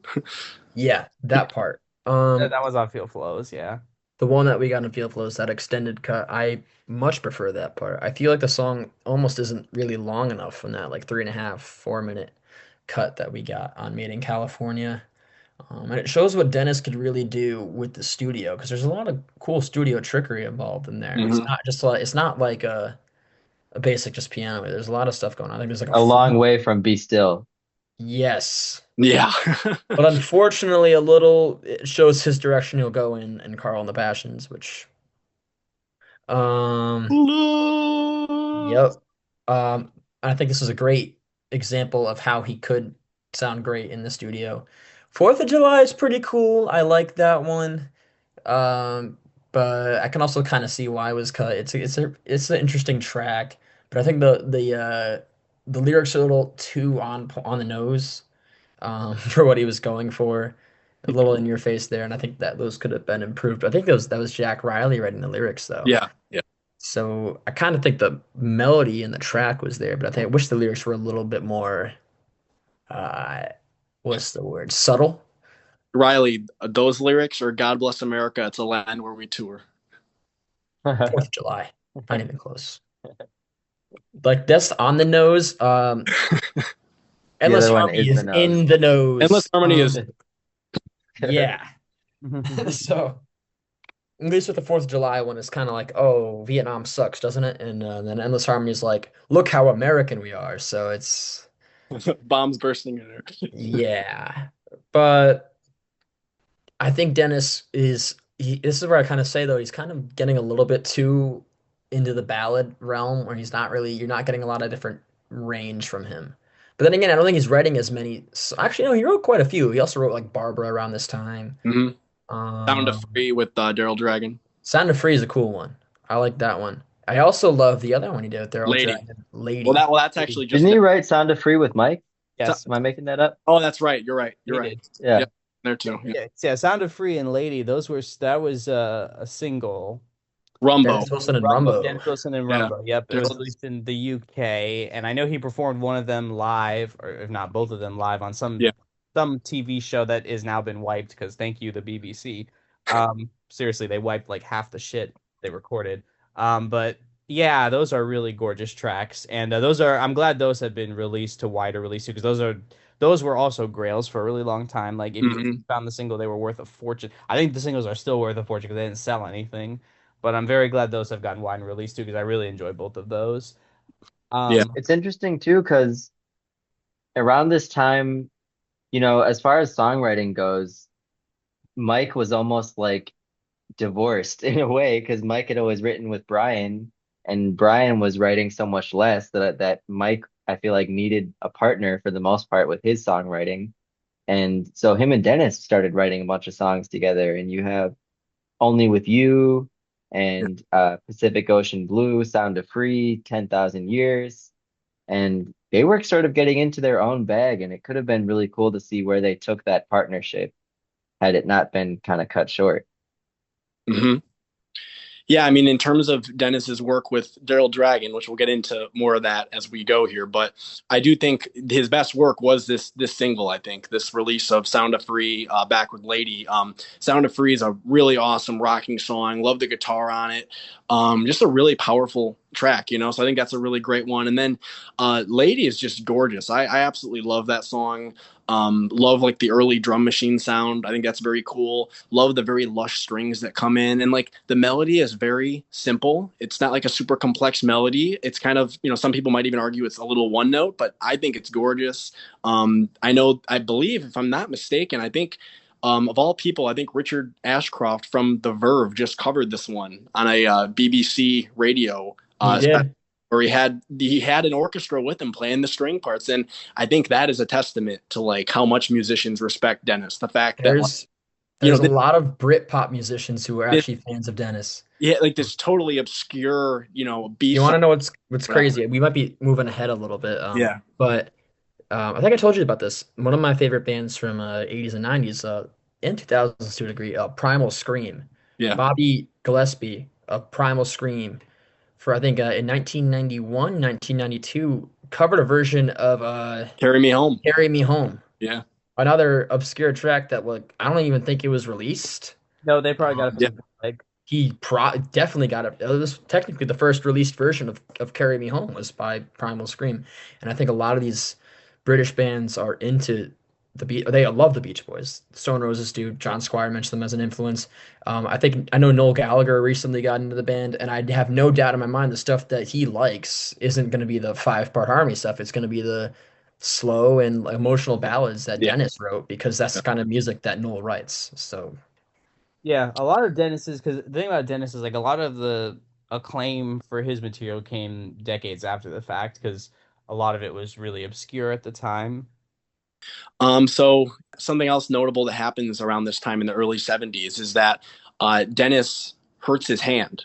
I believe, didn't he punch it through glass, Matt? Is that pretty much how it happened? Yeah, the story goes he punched it through glass. So he injured it badly enough where he wasn't able to play drums for a while. So Ricky Fattar, who recently joined the band around this time, took over as their main drummer in the early 70s, I believe from like 72 through like 74. And it's interesting because of this, Dennis ends up taking a different role at the concerts, where before, obviously, he's behind the drum kit and that's his main responsibility, where now he's almost taking on the role as like another frontman in a way, where he's at the microphone and he's at the keyboards. And, you think of the in concert album cover, and the only member you can visibly see is Dennis. He's standing over the audience with a microphone, I think. So Dennis kind of shifts his role a bit here. And I know some people have said, some historians have said that this was tough for Dennis because like now he wasn't able to like use that outlet to let out all of his energy, with the drums. Now it's like he's in this very different kind of uncomfortable role where he's doing something completely different from what he was doing before on stage. But I think he also like you guys have said, he brought a cool factor to the band. And I'm sure that the audience loved, seeing him up there more prominently, like at the microphone and at the keyboards. So kind of an interesting period for him, because a lot of people think of Dennis as just the drummer, but during this period, he kind of took on a different role with the band. he was like a co-front man with With Mike, Mike. yeah, Um, I especially from this, I guess, era, even though it was really just like 2 years. Um, One of the songs that I really love, I guess I'll mention two. There's a version of Help Me Rhonda that they did. Not the one with even though I prefer that one from In Concert where it's just like a bluesy kind of like rocker. There's also like a slower bluesy jam, not necessarily like a jam, but it's similar to the version on In Concert, but it's a little different 'cause it's a bit slower Yeah. and it has Dennis taking lead. And I think Dennis kills it. I Yeah. mean, no disrespect to Al, but Dennis killed it. Yeah, Um, that's a great version. It's almost like a little country rock. Yeah, because that one on in concerts like if like the Grateful Dead I guess covered it, and then this one's kind of like if the band covered it. Mm. Um, Not much of a difference, but yeah, enough. yeah. But also on Holland, I mean, I don't really want to talk about Carl the Passion. It's cut off as a solid track, just kind of ruined by production. Make It Good is not good at all. Um, but one song that stands above the rest that I feel like is almost never mentioned in the fandom is Steamboat. Yeah. Yeah. That one is so cool. It's just such a different song from Dennis. Like not one you'd really expect from Dennis it's I don't even know if it's like a mid-tempo. It's a slow tempo, but it's not like a ballad. It's just kind of chugs along, I Yeah, guess. that's the word. Chugs along. Exactly. It Yeah, just it's so cool. I love that track and I love the lyrics. I think Jack Riley provided them, but Yeah. yep, did. what a track. I love Steamboat. What I really love about Steamboat is the backing track is great. Especially with Mhm. like the Moog and all that on there, but I think it's a Moog, whatever it is. And then also like in the chorus, you have the counterpoint where it's like you have like Dennis singing one melody and then Carl singing another melody because like Dennis is like, row, row, don't worry, Mr. Fulton, we'll get your steamboat calling. And then Carl's like, row, row. It's just like I was just gonna say I can't remember the lyrics at this point because I'm exhausted. But yeah, it's a great song. I love Steamboat. One of my favorites on Holland. Yeah, the guitar tone on Steamboat is awesome as well. I love the sound of the guitar, like you said, the synth. It really does sound like not like anything else that Dennis ever did. It's a totally unique song. And yeah, just the way that it's structured. You got that cool bass vocal, like the do do do do. I like that too. It's just a groovy song, and like the lyrics are kind of, they're very like Jack Riley. They're kind of out there. It's like I don't really know how to interpret it other than okay, it's about the person that invented the steamboat. We know that. But it is a very cool song. Also want to mention, Only With You from Holland, which is a very pretty ballad. I know some people aren't the biggest fan of it. I think it's a very nice track, though. I really love the piano playing on it, and really nice lyrics from Mike as well. that he contributed. And then to go back to Carl and the Passions, yeah, Cuddle Up, I actually think is a very pretty song. It's just a little too heavy on the production. There's a more stripped back version on Sail on Sailor that kind of, lessens the strings a little bit, and I think it's a little more enjoyable. Make It Good, I don't think is that good of a song, as Riley said. It kind of is. It is trying to create a soundscape, which I get, but the problem is like the song itself is not there, and for that reason, it just doesn't work for me. But I know that one has its fans because I've seen people defend it, but personally, it's never worked for me, and it's one of my least favorite Dennis songs that he did with the Beach Boys. So but yeah, some more interesting work from Dennis around this time. I also do want to mention, I know we talked about it, but Carry Me Home, which was not released at the time because I think the band viewed it as almost too dark, right? Wasn't that part of the reason? But very cool song. You got Blondie on vocals on this as well. Very moving song. I think it's kind of about like a soldier who's afraid he's going to die at war and if he's ever going to get back home again. And, I think I can kind of see why they held off on releasing that on the box sets as well. Knowing how Dennis passed away and stuff, it's like it was a very kind of dark song to be putting out. But I'm glad we have it now officially on streaming and we can listen to it because I do think it's a very, very moving song. I don't come back to it too often, but I really do like it. Yeah, I think Brian was very hesitant on putting it out, and I think it only finally got out because like of the whole 50-year copyright law. But yeah, going back quickly to yeah, I do like Only With You quite a bit too. And then as far as the songs on Carl and the Passions, Make It Good to me sounds like a first draft. Yeah. Cuddle Up is decent but overproduced and too long. So I'm not the biggest fan of either of those either. Yeah, I'd say I'm right there with you guys on those tunes. I'd say I feel the same way. And something I noticed in the this era, kind of like post Sunflower, pre 15 Big Ones, is that Dennis, in a way, kind of stopped being a team player. And in this era, if you look at Surf's Up and Carl and the Passions and Holland, he mainly just participates on his own songs Yeah. and he hardly contributed on the other guys' songs. Whereas you got have guys like Bruce and Carl that were very much so team players and happy to sing on everyone's songs and play on everyone's songs. But it seems like by this time Dennis was a little bit my way or the highway, kind of like, oh, my songs can't be last on Surf's Up. All right, I'm pulling them off the album. Or kind of just like that. Like, seems like he was a little bit in his own bubble in terms of Yeah. like his projects being like a little bit separate from what the rest of the band was doing. And you can definitely hear that a little bit on Carl and the Passions, how that album has like a very consistent country roots, rock and roll kind of feel to it. And then Dennis's songs are very different. Yeah. So you can sort of just feel that by listening to it, that he was sort of doing his own thing. For sure. Yeah. And Yeah. I think a lot of the Carl and the Passions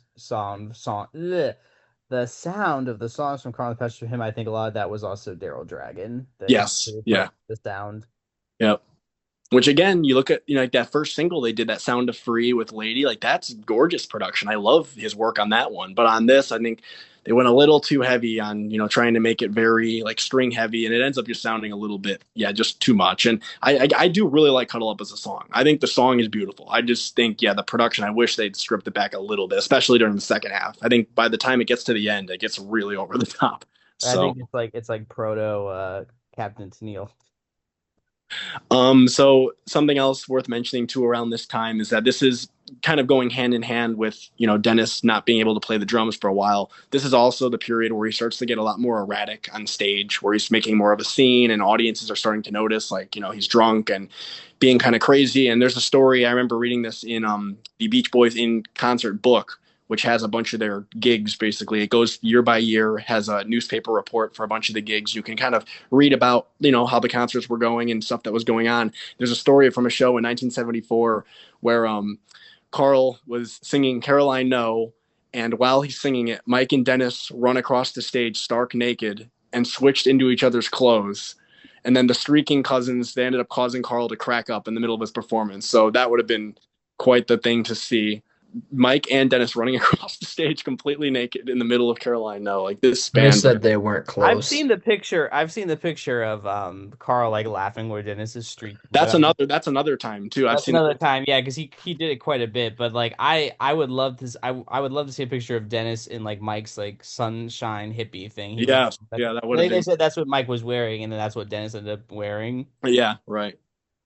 I believe this is also around the time too where Dennis started messing with Mike a little bit more and being more of kind of a nuisance to Mike. I know there's a story about Mike had on the band's planes that they would use to get to the tours. He had his own little like meditation room, and there's stories of Dennis going in there and just throwing up.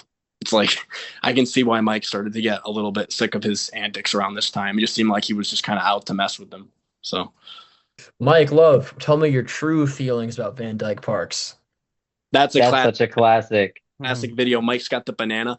Oh, what? No, he says, You must be getting what? your rocks He's off. like Dennis in his voice. He's like, what do you think of Van Dyke? And he's like, what do I think of him? And he's like, yeah, what do you think? And then Mike just keeps eating his banana. That's when you can I don't think totally I've It's ever like see you're the getting your rocks friendship. off. That I would think was Mike's line. Oh yeah, I hope you're getting your rocks off. That's what he says. Yeah, I need and to Dennis see. starts. I have not seen that video. I have to go find Yeah, it. it's from the little tour documentary from the mid '70s that I think Billy Hinchy shot. Oh, Yeah. okay. Yeah, I think I've seen bits and pieces of that, but I've never actually sat down and watched the I'll whole. send you a link to that, Matt. It's funny. Some of the clips in there are pretty crazy. So around 1974, this is the period, obviously, where the band has a big momentum boost because of the success of American Graffiti, and then Endless Summer comes out, which just blows them up. All of a sudden, the audiences love the Beach Boys. They want to hear the oldies, so the band's sets kind of change with that, where they start leaning more into some of the older material. But this is also the time when Dennis does return to his role behind the drums again. Something notable that happens around 74 while all this change is happening for the Beach Boys is that Dennis allegedly co-wrote the lyrics of You Are So Beautiful and also contributed to it musically as well, which was obviously a big hit for Go why am I Connor. saying the name? Bill. That's right. Yeah, yep. And Dennis would sing that song at the band's live gigs in the late '70s, and I think that kind of shows that like he very likely did have a part in writing that song, or else why would he perform it? So Yeah, yeah. The story goes that Billy Hinchy said that uh, Billy Preston was at a party because Billy Preston was the primary co-writer of that song, yep, and Dennis came over and they just kind of started jamming on the piano, and they came up with "You Are So Beautiful." And I'm not super familiar with Billy Preston's solo material, but I have read that people say that the chords on the song sound a lot of like what Billy Preston would write, but the lyrics are like pure Dennis. And I think the fact that Dennis used to sing the song live constantly, like it became his in concert staple from like the mid '70s till his death, I yeah, think kind of says it all. I know Brian has said in an interview that he didn't write the song, but honestly, a lot of Brian, what he said, you take with a grain yeah. of salt. Personally, I think Dennis wrote the song. It sounds Well, like the story comes from what is it, Billy Hinchy, right? Billy Billy Hinchy. Hinchy was watching; he was around them, I think, and And yeah, I don't think it's just Billy Hinchy. I think quite a few other people have said it too. John Stebbins has claimed it. yeah, Yeah, Billy Hinchy's the big one, but Brian has said that he wasn't. But yeah, yeah, I trust Billy Hinchy over Brian on this one. yeah, Especially in this era. Oh yeah, yeah. Mhm. right. So Dennis also has a few some more marriages around this time. He's married twice to Karen Lamb, who was an actress and was also previously, I believe, was Chicago, a member of Robert Chicago, Lamb. Robert Lamb. And the funny thing is they would share the stage together, Dennis and Robert Lamb. And I think honestly they got along pretty well for the most part, I think. I don't know if there were any real issues there. But that was kind of an interesting thing. Yeah, they married twice, once in 1976 and then again in 1978. And then, around this time as well, you have the Brian's Back thing going on. So you have 15 Big Ones coming out. That album features a vocal from Dennis on In the Still of the Night, which I think is a really good vocal. That album is a very spotty album, and there's some covers on there that I think definitely work a lot better than others. But In the Still of the Night, I think is carried by both the production, which I think is pretty nice, and also Dennis's really kind of like tender, soulful lead vocal. And this is one where you really hear Dennis's voice, how much it's changed, from the years of drinking and abuse. I wouldn't describe it as a croak necessarily, but it's definitely more strained and Gravelly. it's gravelly. That's the word. But I do really He like has his a good vocal. co-lead on It's Okay as well.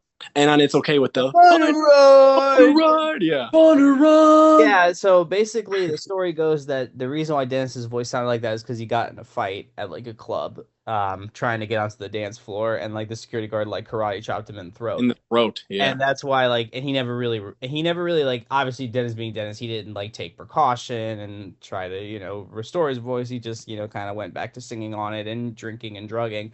But like you said, I think that adds a tenderness to the vocal there. And yeah, Karen Lamb, that was a up and down relationship to say the least. Yeah. We'll get more into that, and also like the Chicago connection in a bit. Yeah. To me, 15 Big Ones, as we've talked about before, is like truly one of my favorite albums.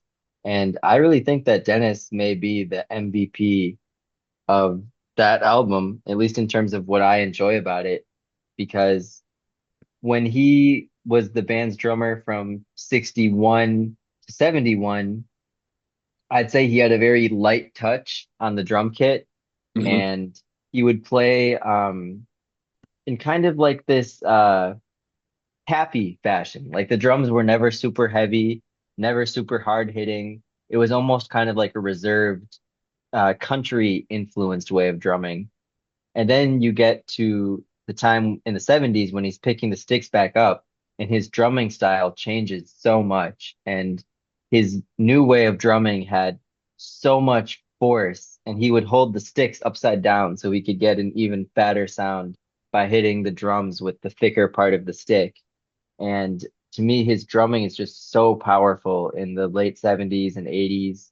Hmm. Um, 15 Big Ones has some incredible drum fills and some really, really great rock and roll drumming.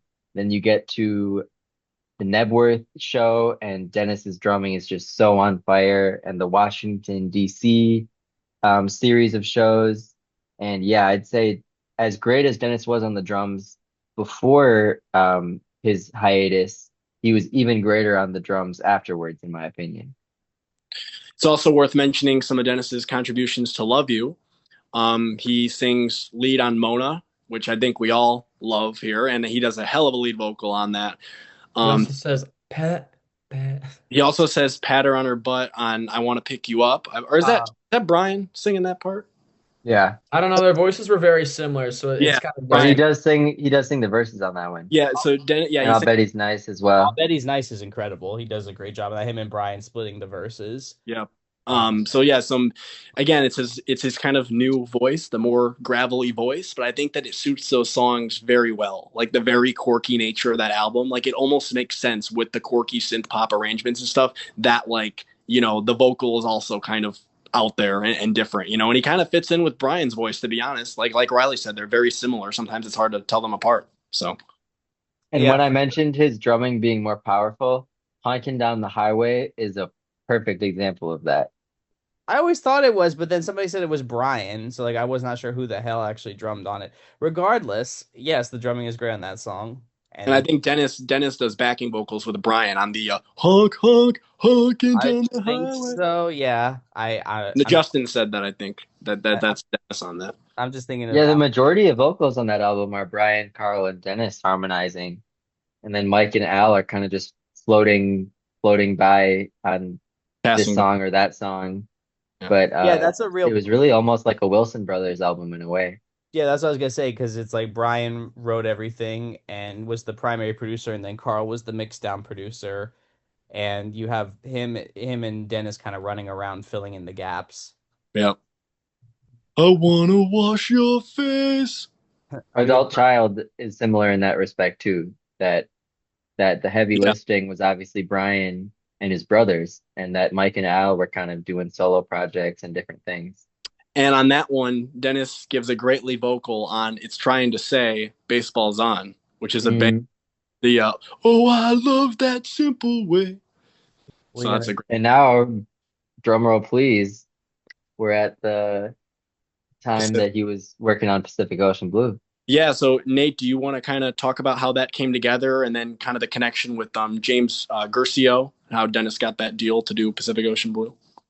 Yeah, so Guercio picked up on the fact that Dennis was writing all these gems in the 70s, like we mentioned, Forever, It's About Time, Little Bird, all those great songs. And so Curcio was constantly pushing Dennis to use those skills.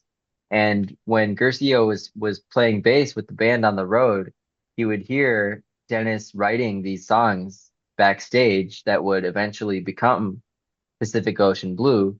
So Curcio gave him the deal to produce the album, and Dennis spent a few years working on it.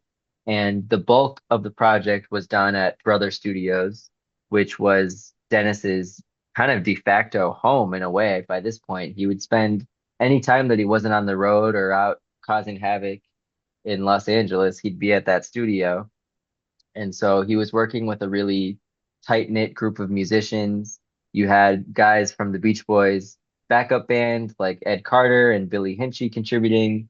You had Dean Torrance from the early days come and sing harmonies, and you had Bruce, who was not an official Beach Boy at this time, but he came and sang on most of Dennis's solo songs on Pacific Ocean Blue. So it was still a kind of family affair in a way, especially because you had Carl contributing as well. Hmm. So that's sort of what led up to the album being made. Dennis was supposed to do a solo tour to promote the album, but that ultimately fell through. And the album actually went out of print relatively quickly, but it's obviously become super duper duper beloved in more recent years, particularly since it was reissued on CD in 2008 was sort of when it started to find its way into new hearts. So, gosh, I mean, we talked about it before. We spent hours talking about it before about how incredible it is. So, yeah, it's a masterpiece. Yeah, I think the thing that amazes me the most with that album is how many instruments Dennis actually played on it. He's playing horn parts and cello and all sorts of stuff. Like he was really like a musical chameleon on that album. And obviously he had some people come in to play certain parts too. And like you said, Nate, the other Beach Boys contributed on several songs as well. But really, it's a really cool album, and some of the highlights on there for me, River Song is obviously a huge highlight. Just really, really powerful, moving song. You've got like the gospel choir and the backing vocals. Dennis's really gritty lead. Just a really, really cool song, and I love the production on it. Then you have some really gorgeous ballads like Thoughts of You and Time. Time, I especially love the second half when, like, after that really pretty opening part, and then the horns that just come, or the brass just comes blaring in at the end. Super cool arrangement on that. And then you have like the soft rock masterpiece, which is You and I. Just a really, really beautiful, beautiful song. Beautiful guitar work. Just has a really laid back and just really smooth sound to it, and it totally sounds like something that could have been on the radio at the time. So it's a shame that this one, I think it was released as a single, but I don't think it did anything. So really, really beautiful song though. And then the closer end of the show is one that's grown on me quite a bit lately too. I think that's a very moving track too. So I also want to give a shout out to What's Wrong, which is a great like bluesy rocker, and then also Rainbows, which I find a very gorgeous song, especially with like the cello coming in. And that one's one that I know that's a Kalinich co-write, and you can hear Carl pretty prominently on that. I think it's just a really great album as a whole.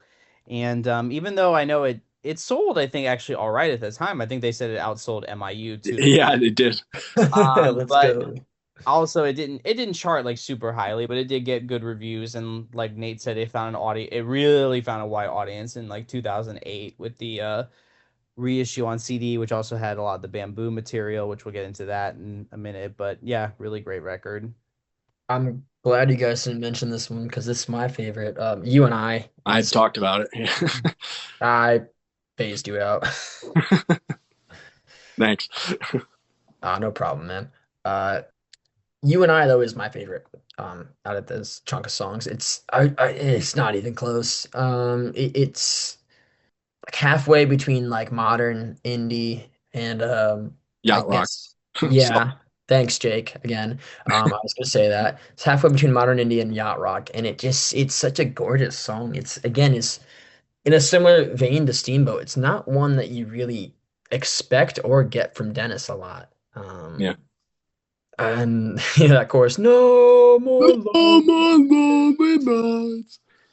I love the soft guitar on it. It's kind of loungy.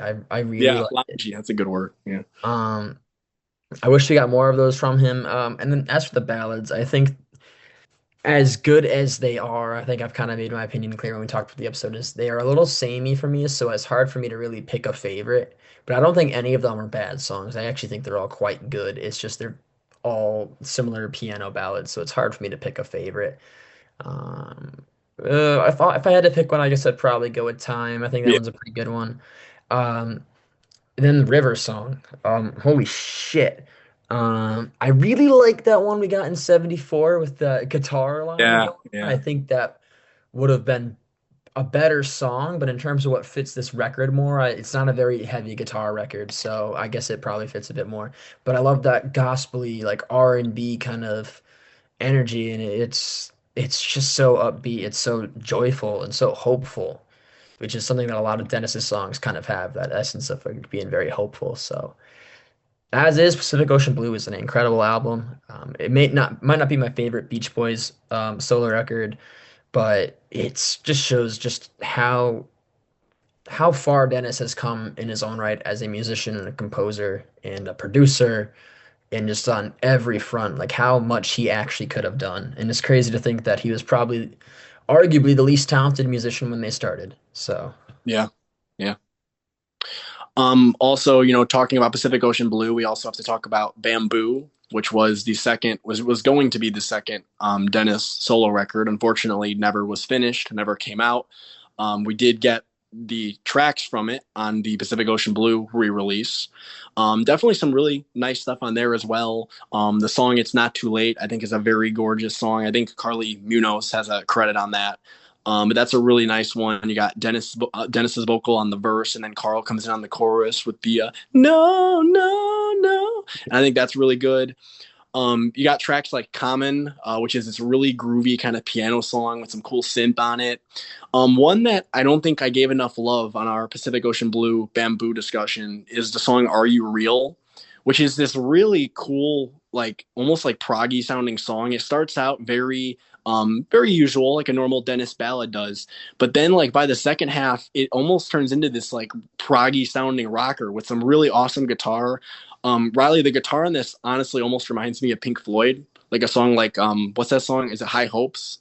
Reminds me you of think of something like a like slide guitar part? that type of thing, but it's like the tone is very comparable. It So sounds I would say a lot of the just Gilmore's tone in general, because he had a very clean, that yeah. almost slight chorus, maybe some slight phaser on it at all times. And Hmm. so you're thinking of like, well, damn near anything from the golden era, like Shine On You Crazy Diamond, or Yeah, yeah. definitely the Division Bell, which is where that's So, yeah, like, Vision Bell, yeah, yeah.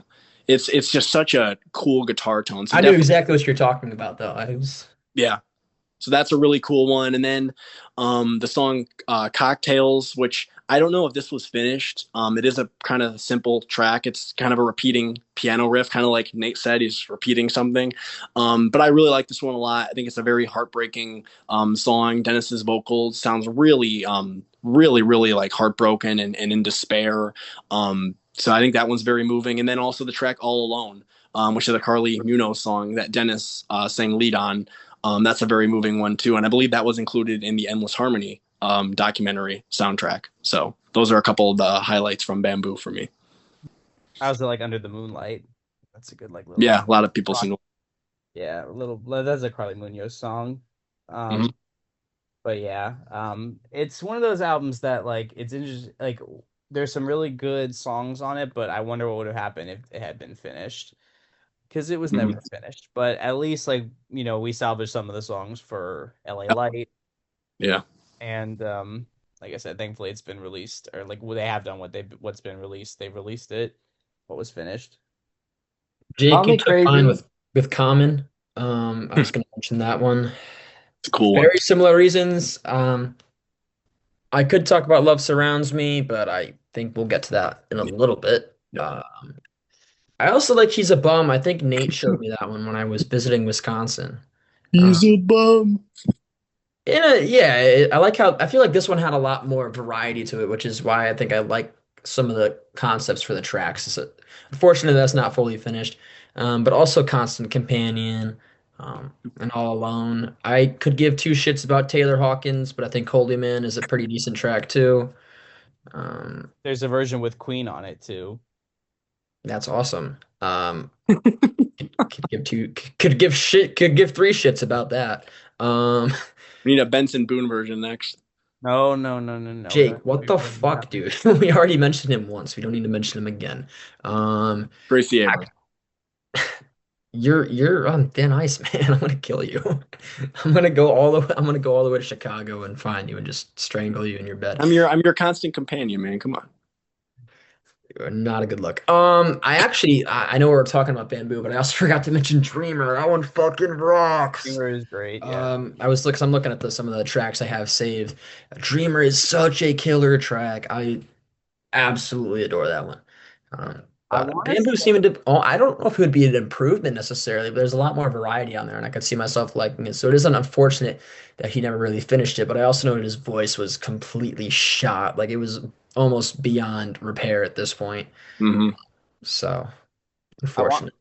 I want to say Dreamer is the song that Dennis played all the instruments on because I think like he's doing the tuba and everything. Which is insane. That one has like such a cool arrangement with all those like the horns and stuff. So Yeah, I mean, I think that's a great example of like, you don't necessarily have to be like a classically trained musician or yeah. someone that is like has perfect pitch or all this crap to, make a great song and perform it well. A lot of it is just honestly if you just put your mind to it and have Feeling.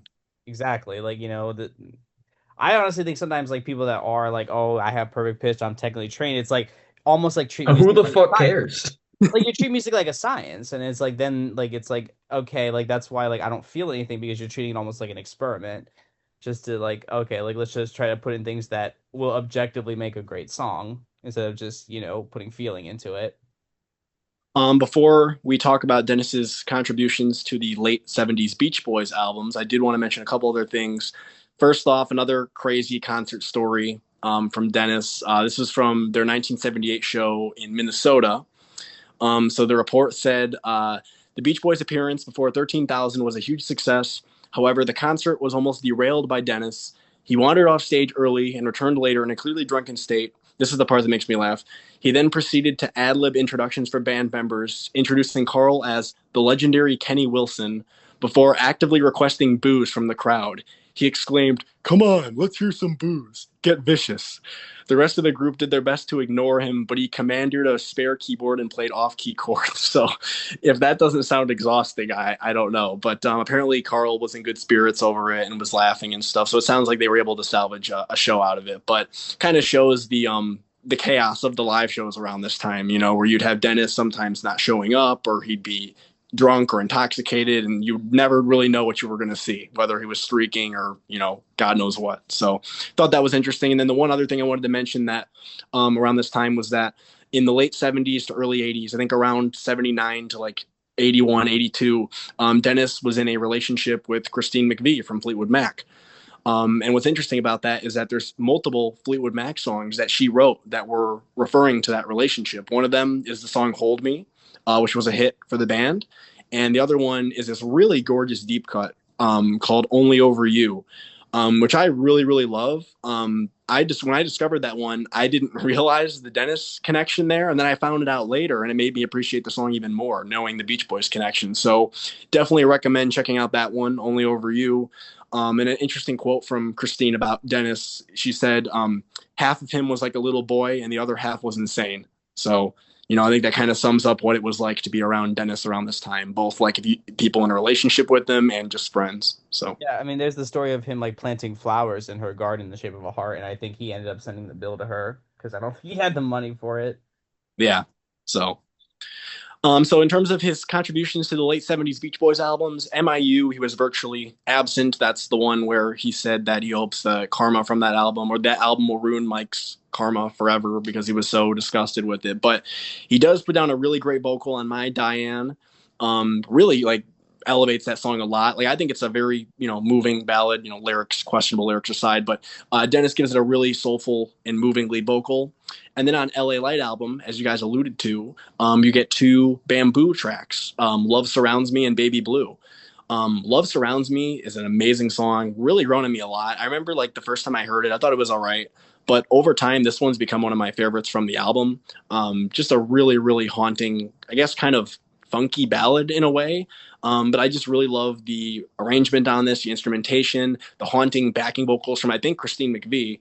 So that's a really cool track. And then "Baby Blue" is a very pretty piano ballad from Dennis, where you've got Dennis on the chorus and then I believe Carl on the verses. So those are two tracks that jump out at me from LA. So Yeah, it I was gonna say Love Surrounds Me like with the Moog and the Fender Rhodes, and it oh just yeah. it creates a great haunting ambience. Baby Blue's a great song too. He also delivers a hell of a vocal on Angel Come Home. I Mm-hmm. think that's a Carl song, but Dennis sings the hell out of it. Sings the hell out of My Diane too. I mean, My Diane is easily my favorite song on MIU, and it's not even close. And then also like he gives some cool fun vocals on Shortening Bread, which I know was Brian's Mama's little baby love. long time obsession. But yeah, the Dennis, I would say like, Love Surrounds Me, Angel Come Home for me are the probably the two best songs on this album. So definitely like he provide a lot of the highlights for me personally. Yep, they are both my two favorite songs from the album too. I was lucky enough to actually interview Cushing Murray about them. Apparently, with "Love Surrounds Me," um, they weren't really like planning on using it, but they kind of need songs to fill out the album, so Dennis kind of gave it away. And like, I remember, I think I might be misquoting the interview, but I think when Cushing Murray came in to like listen to the track, Dennis wanted to kick him out since he wasn't with the band. And then Carl's like, "No, he's the guy writing lyrics to your song." So, or something along the lines of that. And then Dennis was like, "Oh, okay." Um, so that was pretty cool. And "Love Surrounds Me," Jake, you kind of spot on with that. It's kind of like a ballad, but it's like really funky and Yeah. groovy. Um, and I love the way it builds up and then it's kind of like I don't want to know if say it has disco influence, but it kind of got that like danciness to it. Got to bounce. It's got to Yeah. bounce. Yeah. And "Angel Come Home," gorgeous. It's a Carl song. I always thought it was a Dennis song because it sounds like it would be a Dennis song, but it was Carl and Cushing Murray writing it. I think Dennis absolutely sells the song. I think Jake has said that like he likes that song, but he doesn't think anybody else could sing it because Yep. if anybody else did, it would just kind of be like your average 70s Yep. like power ballad. Hmm. And I don't know if I necessarily agree because I think the songwriting is pretty strong, but I also do agree that I don't think I would like the song anywhere near as much if it wasn't for Dennis singing it. Dennis sounds like he's gonna burst a vocal cord singing that song. Like he's literally singing his like his throat out. Yeah. It's been It's now being here alone.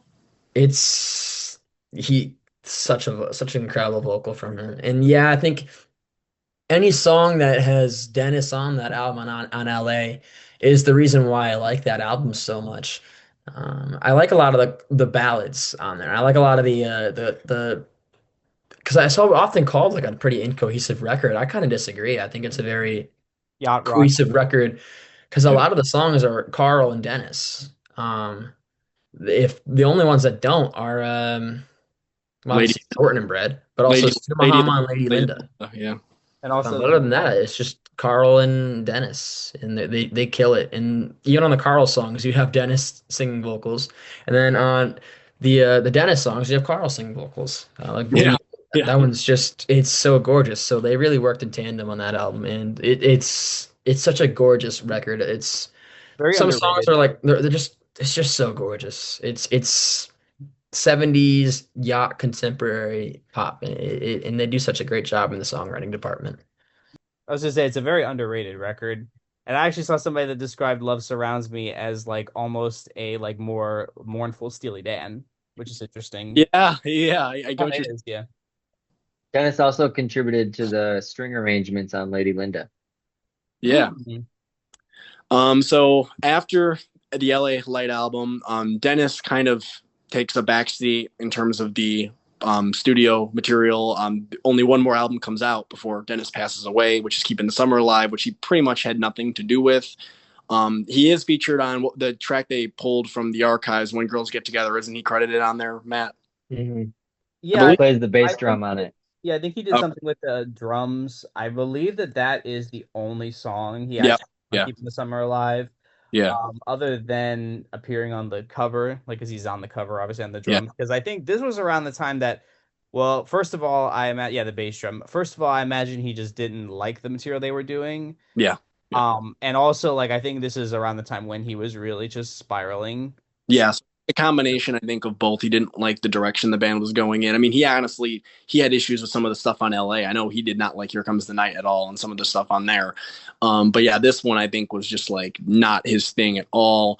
So yeah, between that and the fact that he was really spiraling out of control at this time with the drinking and just the abuse and just his life just started to spiral. And, from this point on at the live shows, he was very spotty in terms of like, sometimes he'd be there, other times he wouldn't show up. For periods of time, he'd be fired from the band. And I know the band did, threaten to fire him if he didn't get his act together. And unfortunately, that cycle would kind of continue up until his tragic death in 1983.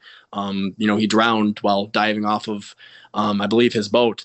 Um, I believe he was looking for stuff from his ex-wife that he had previously chucked overboard years prior, and he was doing that, and he never came up. And I know he was drinking before that, and I think that played a big part of why that happened. But obviously, a very tragic end to his life, and really like reading accounts of like his last few years from people that knew him, and honestly, it's just very depressing. The guy was pretty much like Homeless. almost like homeless. Homeless. He was No, going, yeah, was homeless, not almost. He was homeless. He had lost the harmony. And yeah, no, you're right. I think they went to rehab, or they put him in rehab. He walked out, and they basically said, like, Doc, he's gonna die, and he's like, he yeah, might have to.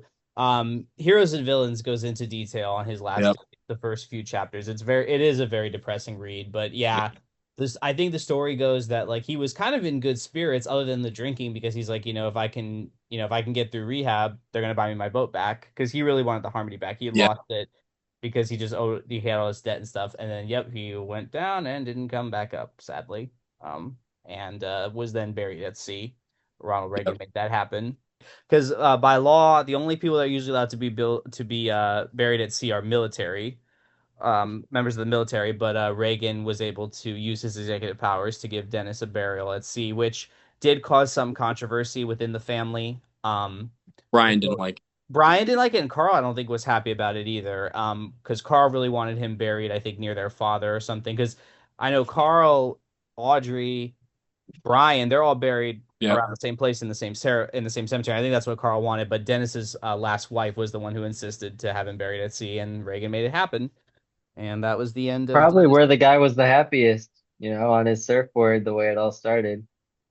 It's kind of interesting that his situation within the band leading up to his passing was kind of not too different than Al's situation in the 90s, where that he was still a touring member, but they kind of stopped inviting him to the studio sessions, Hmm. or basically said like you got to get your act together to show up to the studio. And so I do think he did feel excluded to some degree. And I think that probably contributed to his situation worsening. But yeah, you guys hit all the kind of major plot points in his last few years. Um, I've heard the guy would carry around the bamboo tapes, like the mm, actual literal masters, and he would trade different like acetates of the album for probably cigarettes, like he was constantly giving away bootlegs and Beach Boys memorabilia, whatever he could, um, in exchange for other extracurricular yeah. uh devices. Reminds me of Brian playing at the piano bar for drinks, and remember that? Yeah, there's a bar in Santa Monica called Shay J's that Dennis would frequent. I've been there, and he would show up there and play the piano, and no one would even recognize Mhm.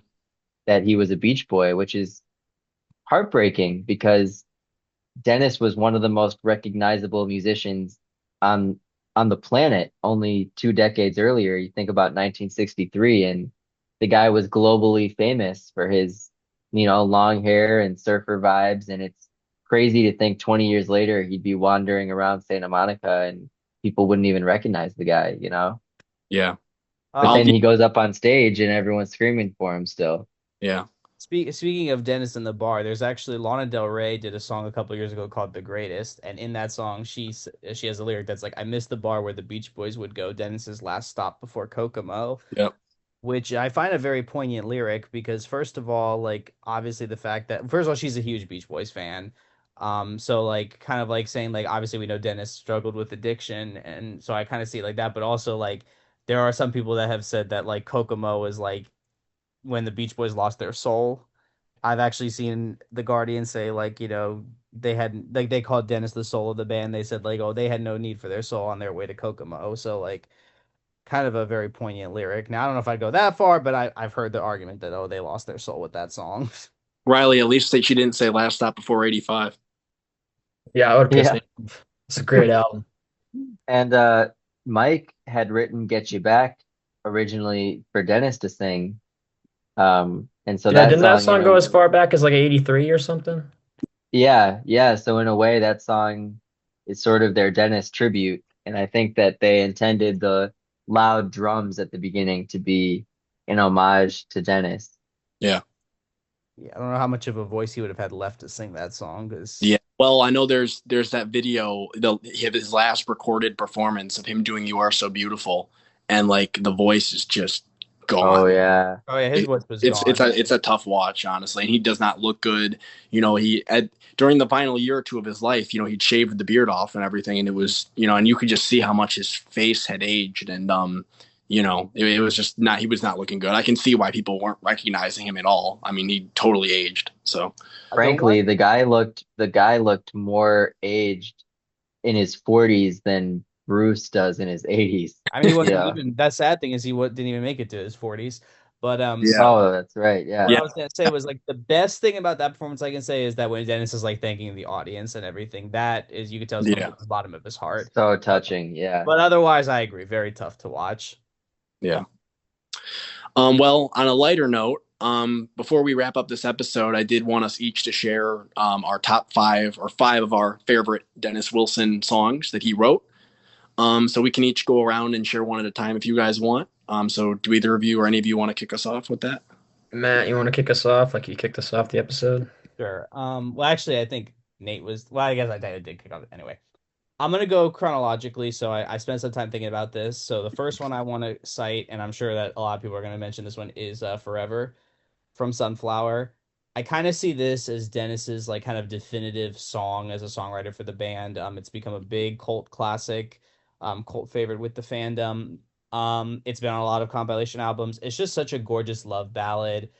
Like I've made the comparison with others, but I do kind of see it as like his something. The harmonies are beautiful on it. The backing track is gorgeous. And then I would say like the probably the highlight for me is like the "So I'm Going Away, but Not Forever." Especially because like we lost him so young and everything. It just adds that extra layer of poignancy. And I do want to give a shout out to John Stamos for bringing the song to greater attention. I do think For that better, or for worse. for better or for worse, but honestly, like if the song hadn't been on Full House, I don't know if it would be as well known today as it was because so millions of people watched that show back in the day. And Stamos did something that one of my biggest gripes with that Summer Dreams movie is there's a scene where Dennis plays the piano and they wrote an original freaking song for the thing. Like literally Forever was right there. You could have stuck it in right there because he's singing it to I think Karen Lamb. I haven't seen the movie in a while. One of them. And I'm like, the song's right there. Why didn't you stick it in? I know he wrote it for Barbara, but still. Anyway, gorgeous song. Gorgeous, gorgeous track. Highlight for me from not only the catalog as a whole, but also Sunflower. All right. Not gonna go out of order. Or I am gonna go out of order. My bad. Um, I mentioned it earlier, Steamboat, not something you'd expect from him. And I'm also not really ranking these either. I couldn't really put them in order, but Steamboat is just such a groovy, interesting song, and I love the theme, not the theme, what the song's about. It's really cool too. Interesting lyrics from Jack Riley, but the production just it's I don't want to say it's industrial rock, but it kind of reminds me of it in some ways, in like some of the coolest ways possible. I don't want to say they invented it. I think that's bullshit. But I do think that it is. certainly like similar to that in the sense that it's just kind of intense, but also very free. And it's just, and I love the vocals on it. Are absolutely gorgeous. So I love Steamboat. It might be my favorite one he did with the band. I don't know. It's certainly up there. It's definitely top five. Otherwise, I wouldn't have said it. But it's awesome. You mentioned industrial. I would say it kind of has like a steampunk aesthetic. Yeah. That's kind of where I can see it because it's like it's you got the psychedelic 70s funk or whatever they're going for with like talking about a steamboat, which is from like, the 18th, 19th century. So that's kind of where it's kind of like you're meshing it. So I kind of can see that too. Yeah, we're not going to say that this is a metal I steam. also love the dun dun dun dun dun dun dun dun dun that Yeah, part. yeah. Yeah, yeah, awesome song. Nate, you can go. My first selection is Mexico, Mm. which is an instrumental piano piece. And I think it says more with just music than a lot of songs could say with words, Like it's incredibly moving. It's played gorgeously, and truly that melody is one of the most gorgeous and memorable I've ever heard. So I'm trying to rank mine. It's a loose ranking. On another day you could ask me, and I probably put these in a different order. But for my number five, I went with "Thoughts of You" from Pacific Ocean Blue. Just a really, really gorgeous ballad. Love the very kind of melancholic and longing lyrics. That part, that middle part, like where it gets really intense. The "All things that live one day must die." That is like so powerful and moving. And then like Dennis's wailing vocal, the "Look what we've done," like just sends chills down my spine every time I hear it. It's just such a haunting performance and a beautiful arrangement. So really love this one, and I think it's kind of exemplifies what I love about Dennis's ballads. So I'm gonna keep going chronologically. So Riley, you mentioned it, but Steamboat was on my five as well. Um, I first of all, I love like how the song like fades in. There's not too many Beach Boys songs that have a fade in when you think about it. So it's cool that it kind of fades in. You're going like right into the middle of the song. It has like that texture in it with the drum machine or whatever it is. Carl's vocal is great on it. I love the lyrics. I think one lyric I love, other than the chorus, I love the river's a dream in a waltz time. Um, I know Riley wrote or Jack Riley wrote the song, but like that kind of almost feels like a throwback to when Brian was obsessed with writing waltzes because he wrote a couple of them. And yeah, I mentioned it before, but I love the counterpoint of the chorus where you have like Dennis singing one part and then Carl singing one part and they kind of overlay. And then you mentioned it, Jake, the guitar solo is awesome, the guitar sound on it. And then like the bass vocals, like the do do do do. Just a really awesome track, and it's a highlight from me, from not only that era of Dennis's songwriting, but also Holland and catalog as a whole. So Yeah. that song. I might be really reaching with the deep cut here, but you guys know I'm a fan of instrumentals. I don't think we've ever talked about this song like at all. And it's a song called Hawaiian Dream. It was on the Feel Flow mm-hmm. box set. Yeah. I think it's also called the Hawaii song on certain like bootlegs and stuff. Mm-hmm. And I think it captures the same like essence that Your Summer Dream did on a Surfer Girl, but like I would say about 7 years later, and as an instrumental. And I just think it's so gorgeous. I love all the different instruments being used. I don't know how much of it that Dennis actually wrote, but I know it is labeled as his, and I think it was intended for some sort of 1972 solo album released by him.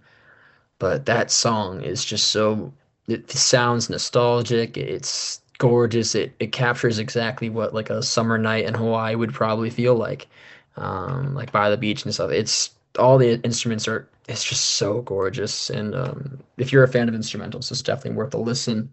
I don't know if vocals were intended, but as is, I think it is absolutely gorgeous. And I don't know the level of his involvement, of how much he really arranged, but it's beautiful. So, To continue my little Mexican theme, my next pick is San Miguel, Mm. Mm-hmm. which is just such a strong composition and such a creative production. with the kind of different vocals between the singing and the kind of shouting and the percussion and the great guitar solos and horns. And it's just a great sort of Phil Spector style rock and roll song. And obviously, Carl kicks ass with the lead, but someone had to write it, and Dennis did an incredible job writing that song. That one has the castanets on it too, right? Yeah, Yeah, yeah. yeah, I like the arrangement on that. Yeah, Yeah, I want to say that one was intended for the last Capitol record I, too. I think you're right. I think that was Mhm. on the track list. Yep. And the first time that showed up, if I'm not mistaken, was the Endless Harmony comp in '81. Yep. So my number four, I went with "Lady," "Fallen in Love," Mm. which Dennis and Daryl Dragon collaboration from '70 or '71. Just a really gorgeous song. I already talked about it, but very heartfelt. Love the string arrangement on it. I think it's just so well done. And I can see why some, alternative and indie artists have covered this one over the years. It's a very almost ahead of its time song, with the drum machine sound, and it's one of those songs where like melodically, it's not the most complex, but like man, does it get the feeling across, of just love. So I really love this one a lot. I'm gonna go with "You and I" next from Pacific Ocean Blue. Yeah, great like soft rock song. Definitely should have been a hit. Um, I would say what I love about it is I love a lot of the lyrics. I never see the light that people talk about. You open up Yeah. my wallet and dust falls out. I'll never make the headline of the evening news. There'll be no the rags to riches story for me. Basically, like saying like hey, look, I may not have money.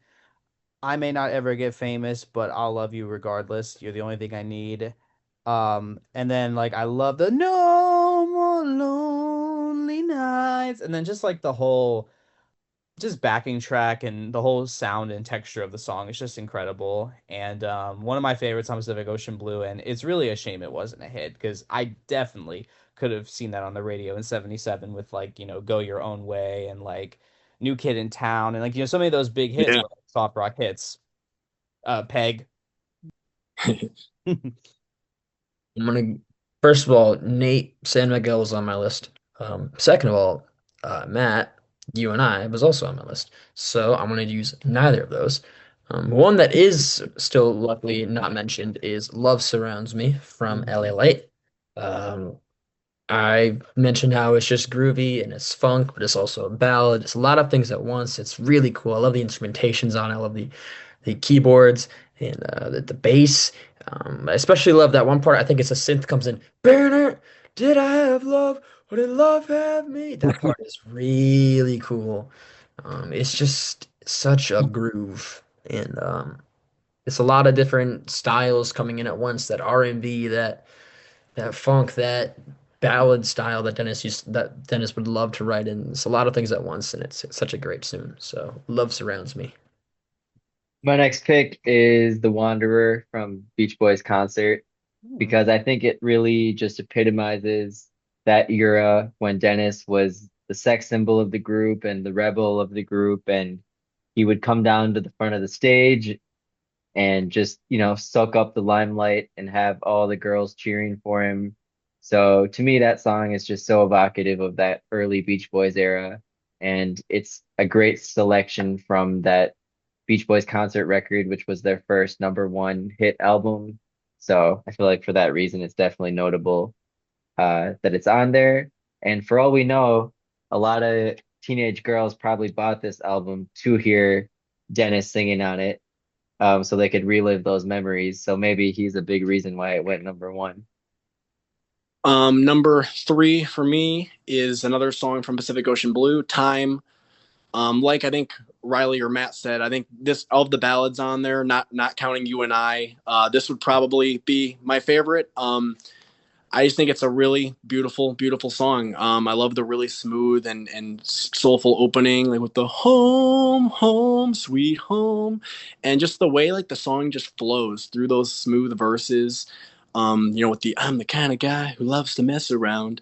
It's just a really beautiful beginning, and then when those like horns and the brass comes in during the second half, like that bang out, and you got the blaring guitar, like what a great like way to wrap up the song. So love both sections. I just think it's a really really well done song, and some of the best production on Pacific Ocean Blue I think is on that song. So really love that one a lot. Time.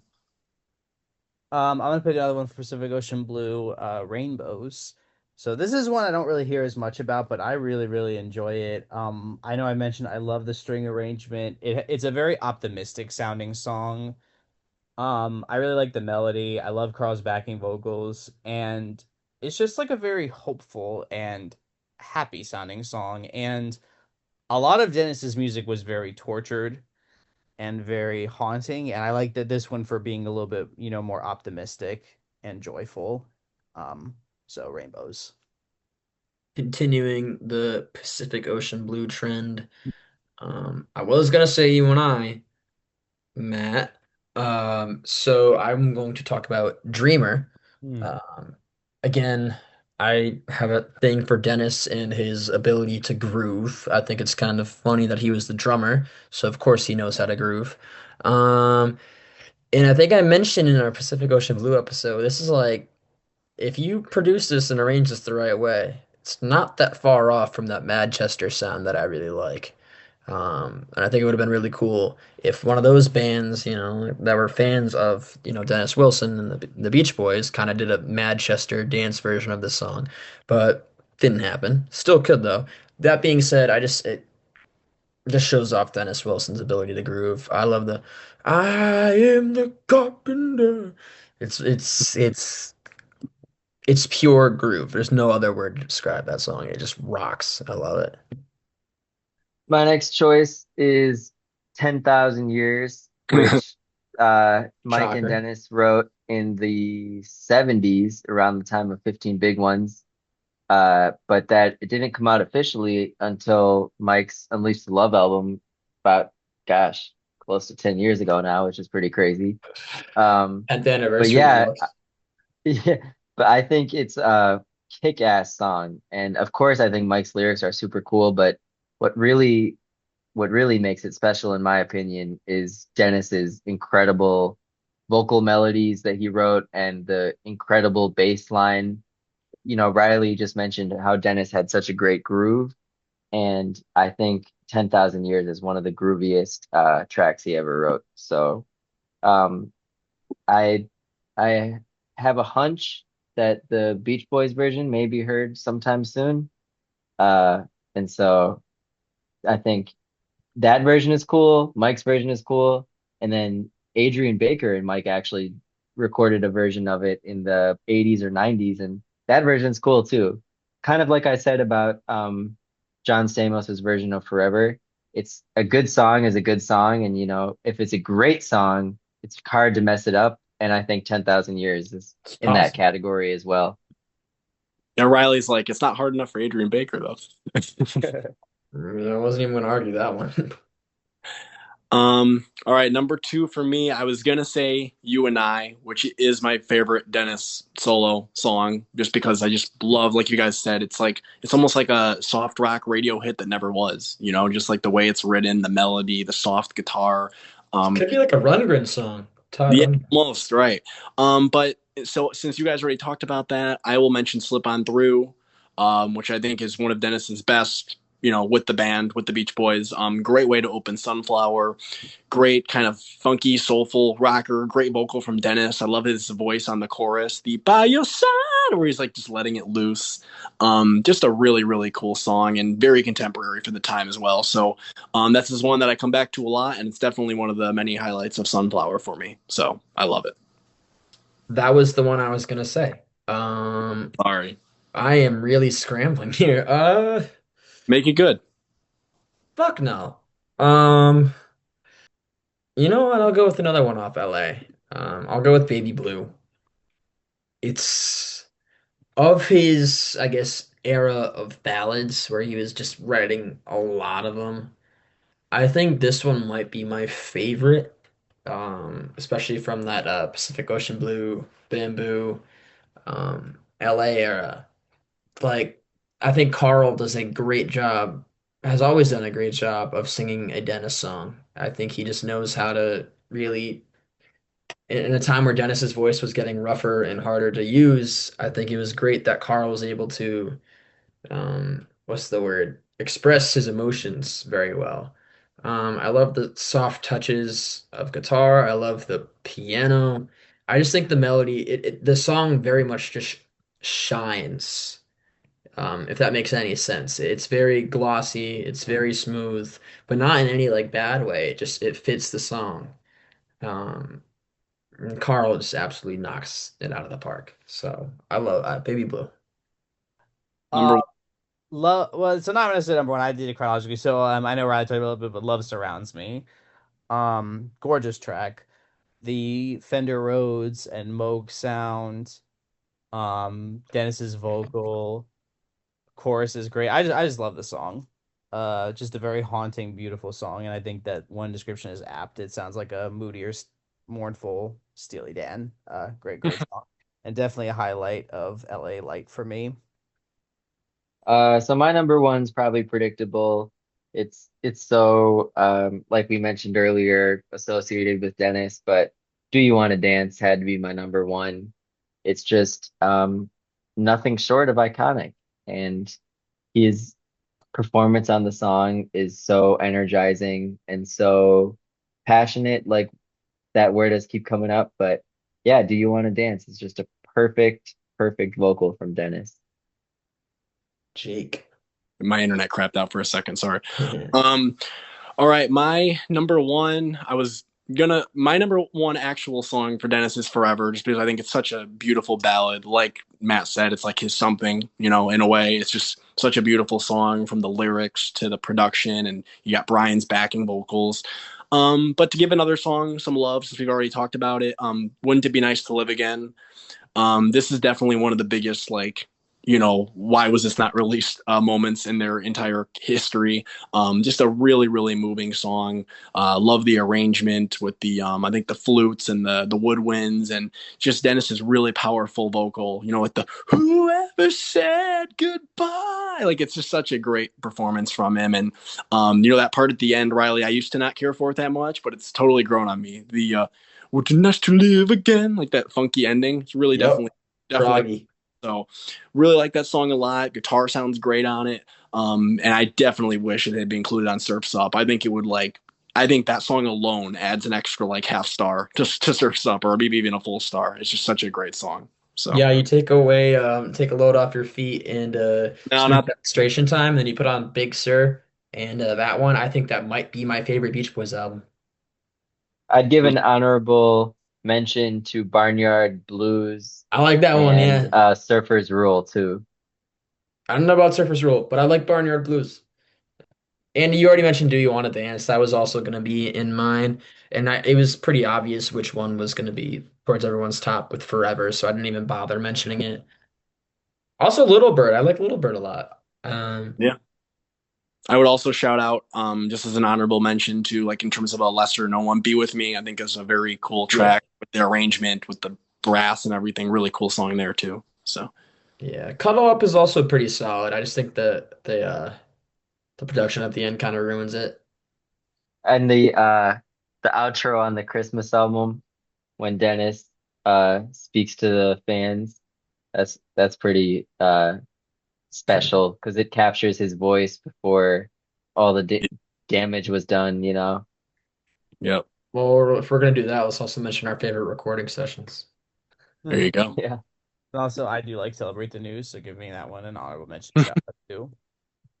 You Are So Beautiful at Nebworth too is a classic recording. River Song. River Song, yep.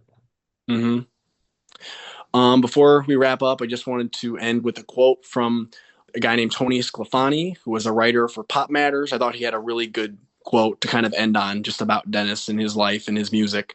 He said, "Like his older brother Brian, Dennis was bullied mercilessly by his father. His wild side masked an underside that was by turns brooding, self-loathing, sensitive, and anxious. Dennis's music reflected his edginess and exhibited little of his happy charm, setting it apart from Brian's music. Dennis never sang about fun, and no images of surfboards or surfer girls ever appeared in a Dennis Wilson song." So just thought that was an interesting quote to end on. And then, of course, also, Matt, there's the quote, "At his best, he would sound like something like Kurt Cobain produced by Phil Spector," which is a Mhm. funny, pretty cool Oh quote. yeah. Yeah, Pretty accurate, yeah. that's what the Guardian said. Yeah, when they were writing about social, but yeah, it does because you had that like gruff Cobain vocal, but with the kind of I guess Wall of Sound, we say all the time, Wall of Sound production of Spectre, because Nirvana doesn't sound like that. Yeah. Yeah. Like he does sound like that. All right, we will wrap it up there. So thank you everybody for listening to this 59th episode of Good Timin'. Hope you all enjoyed the show.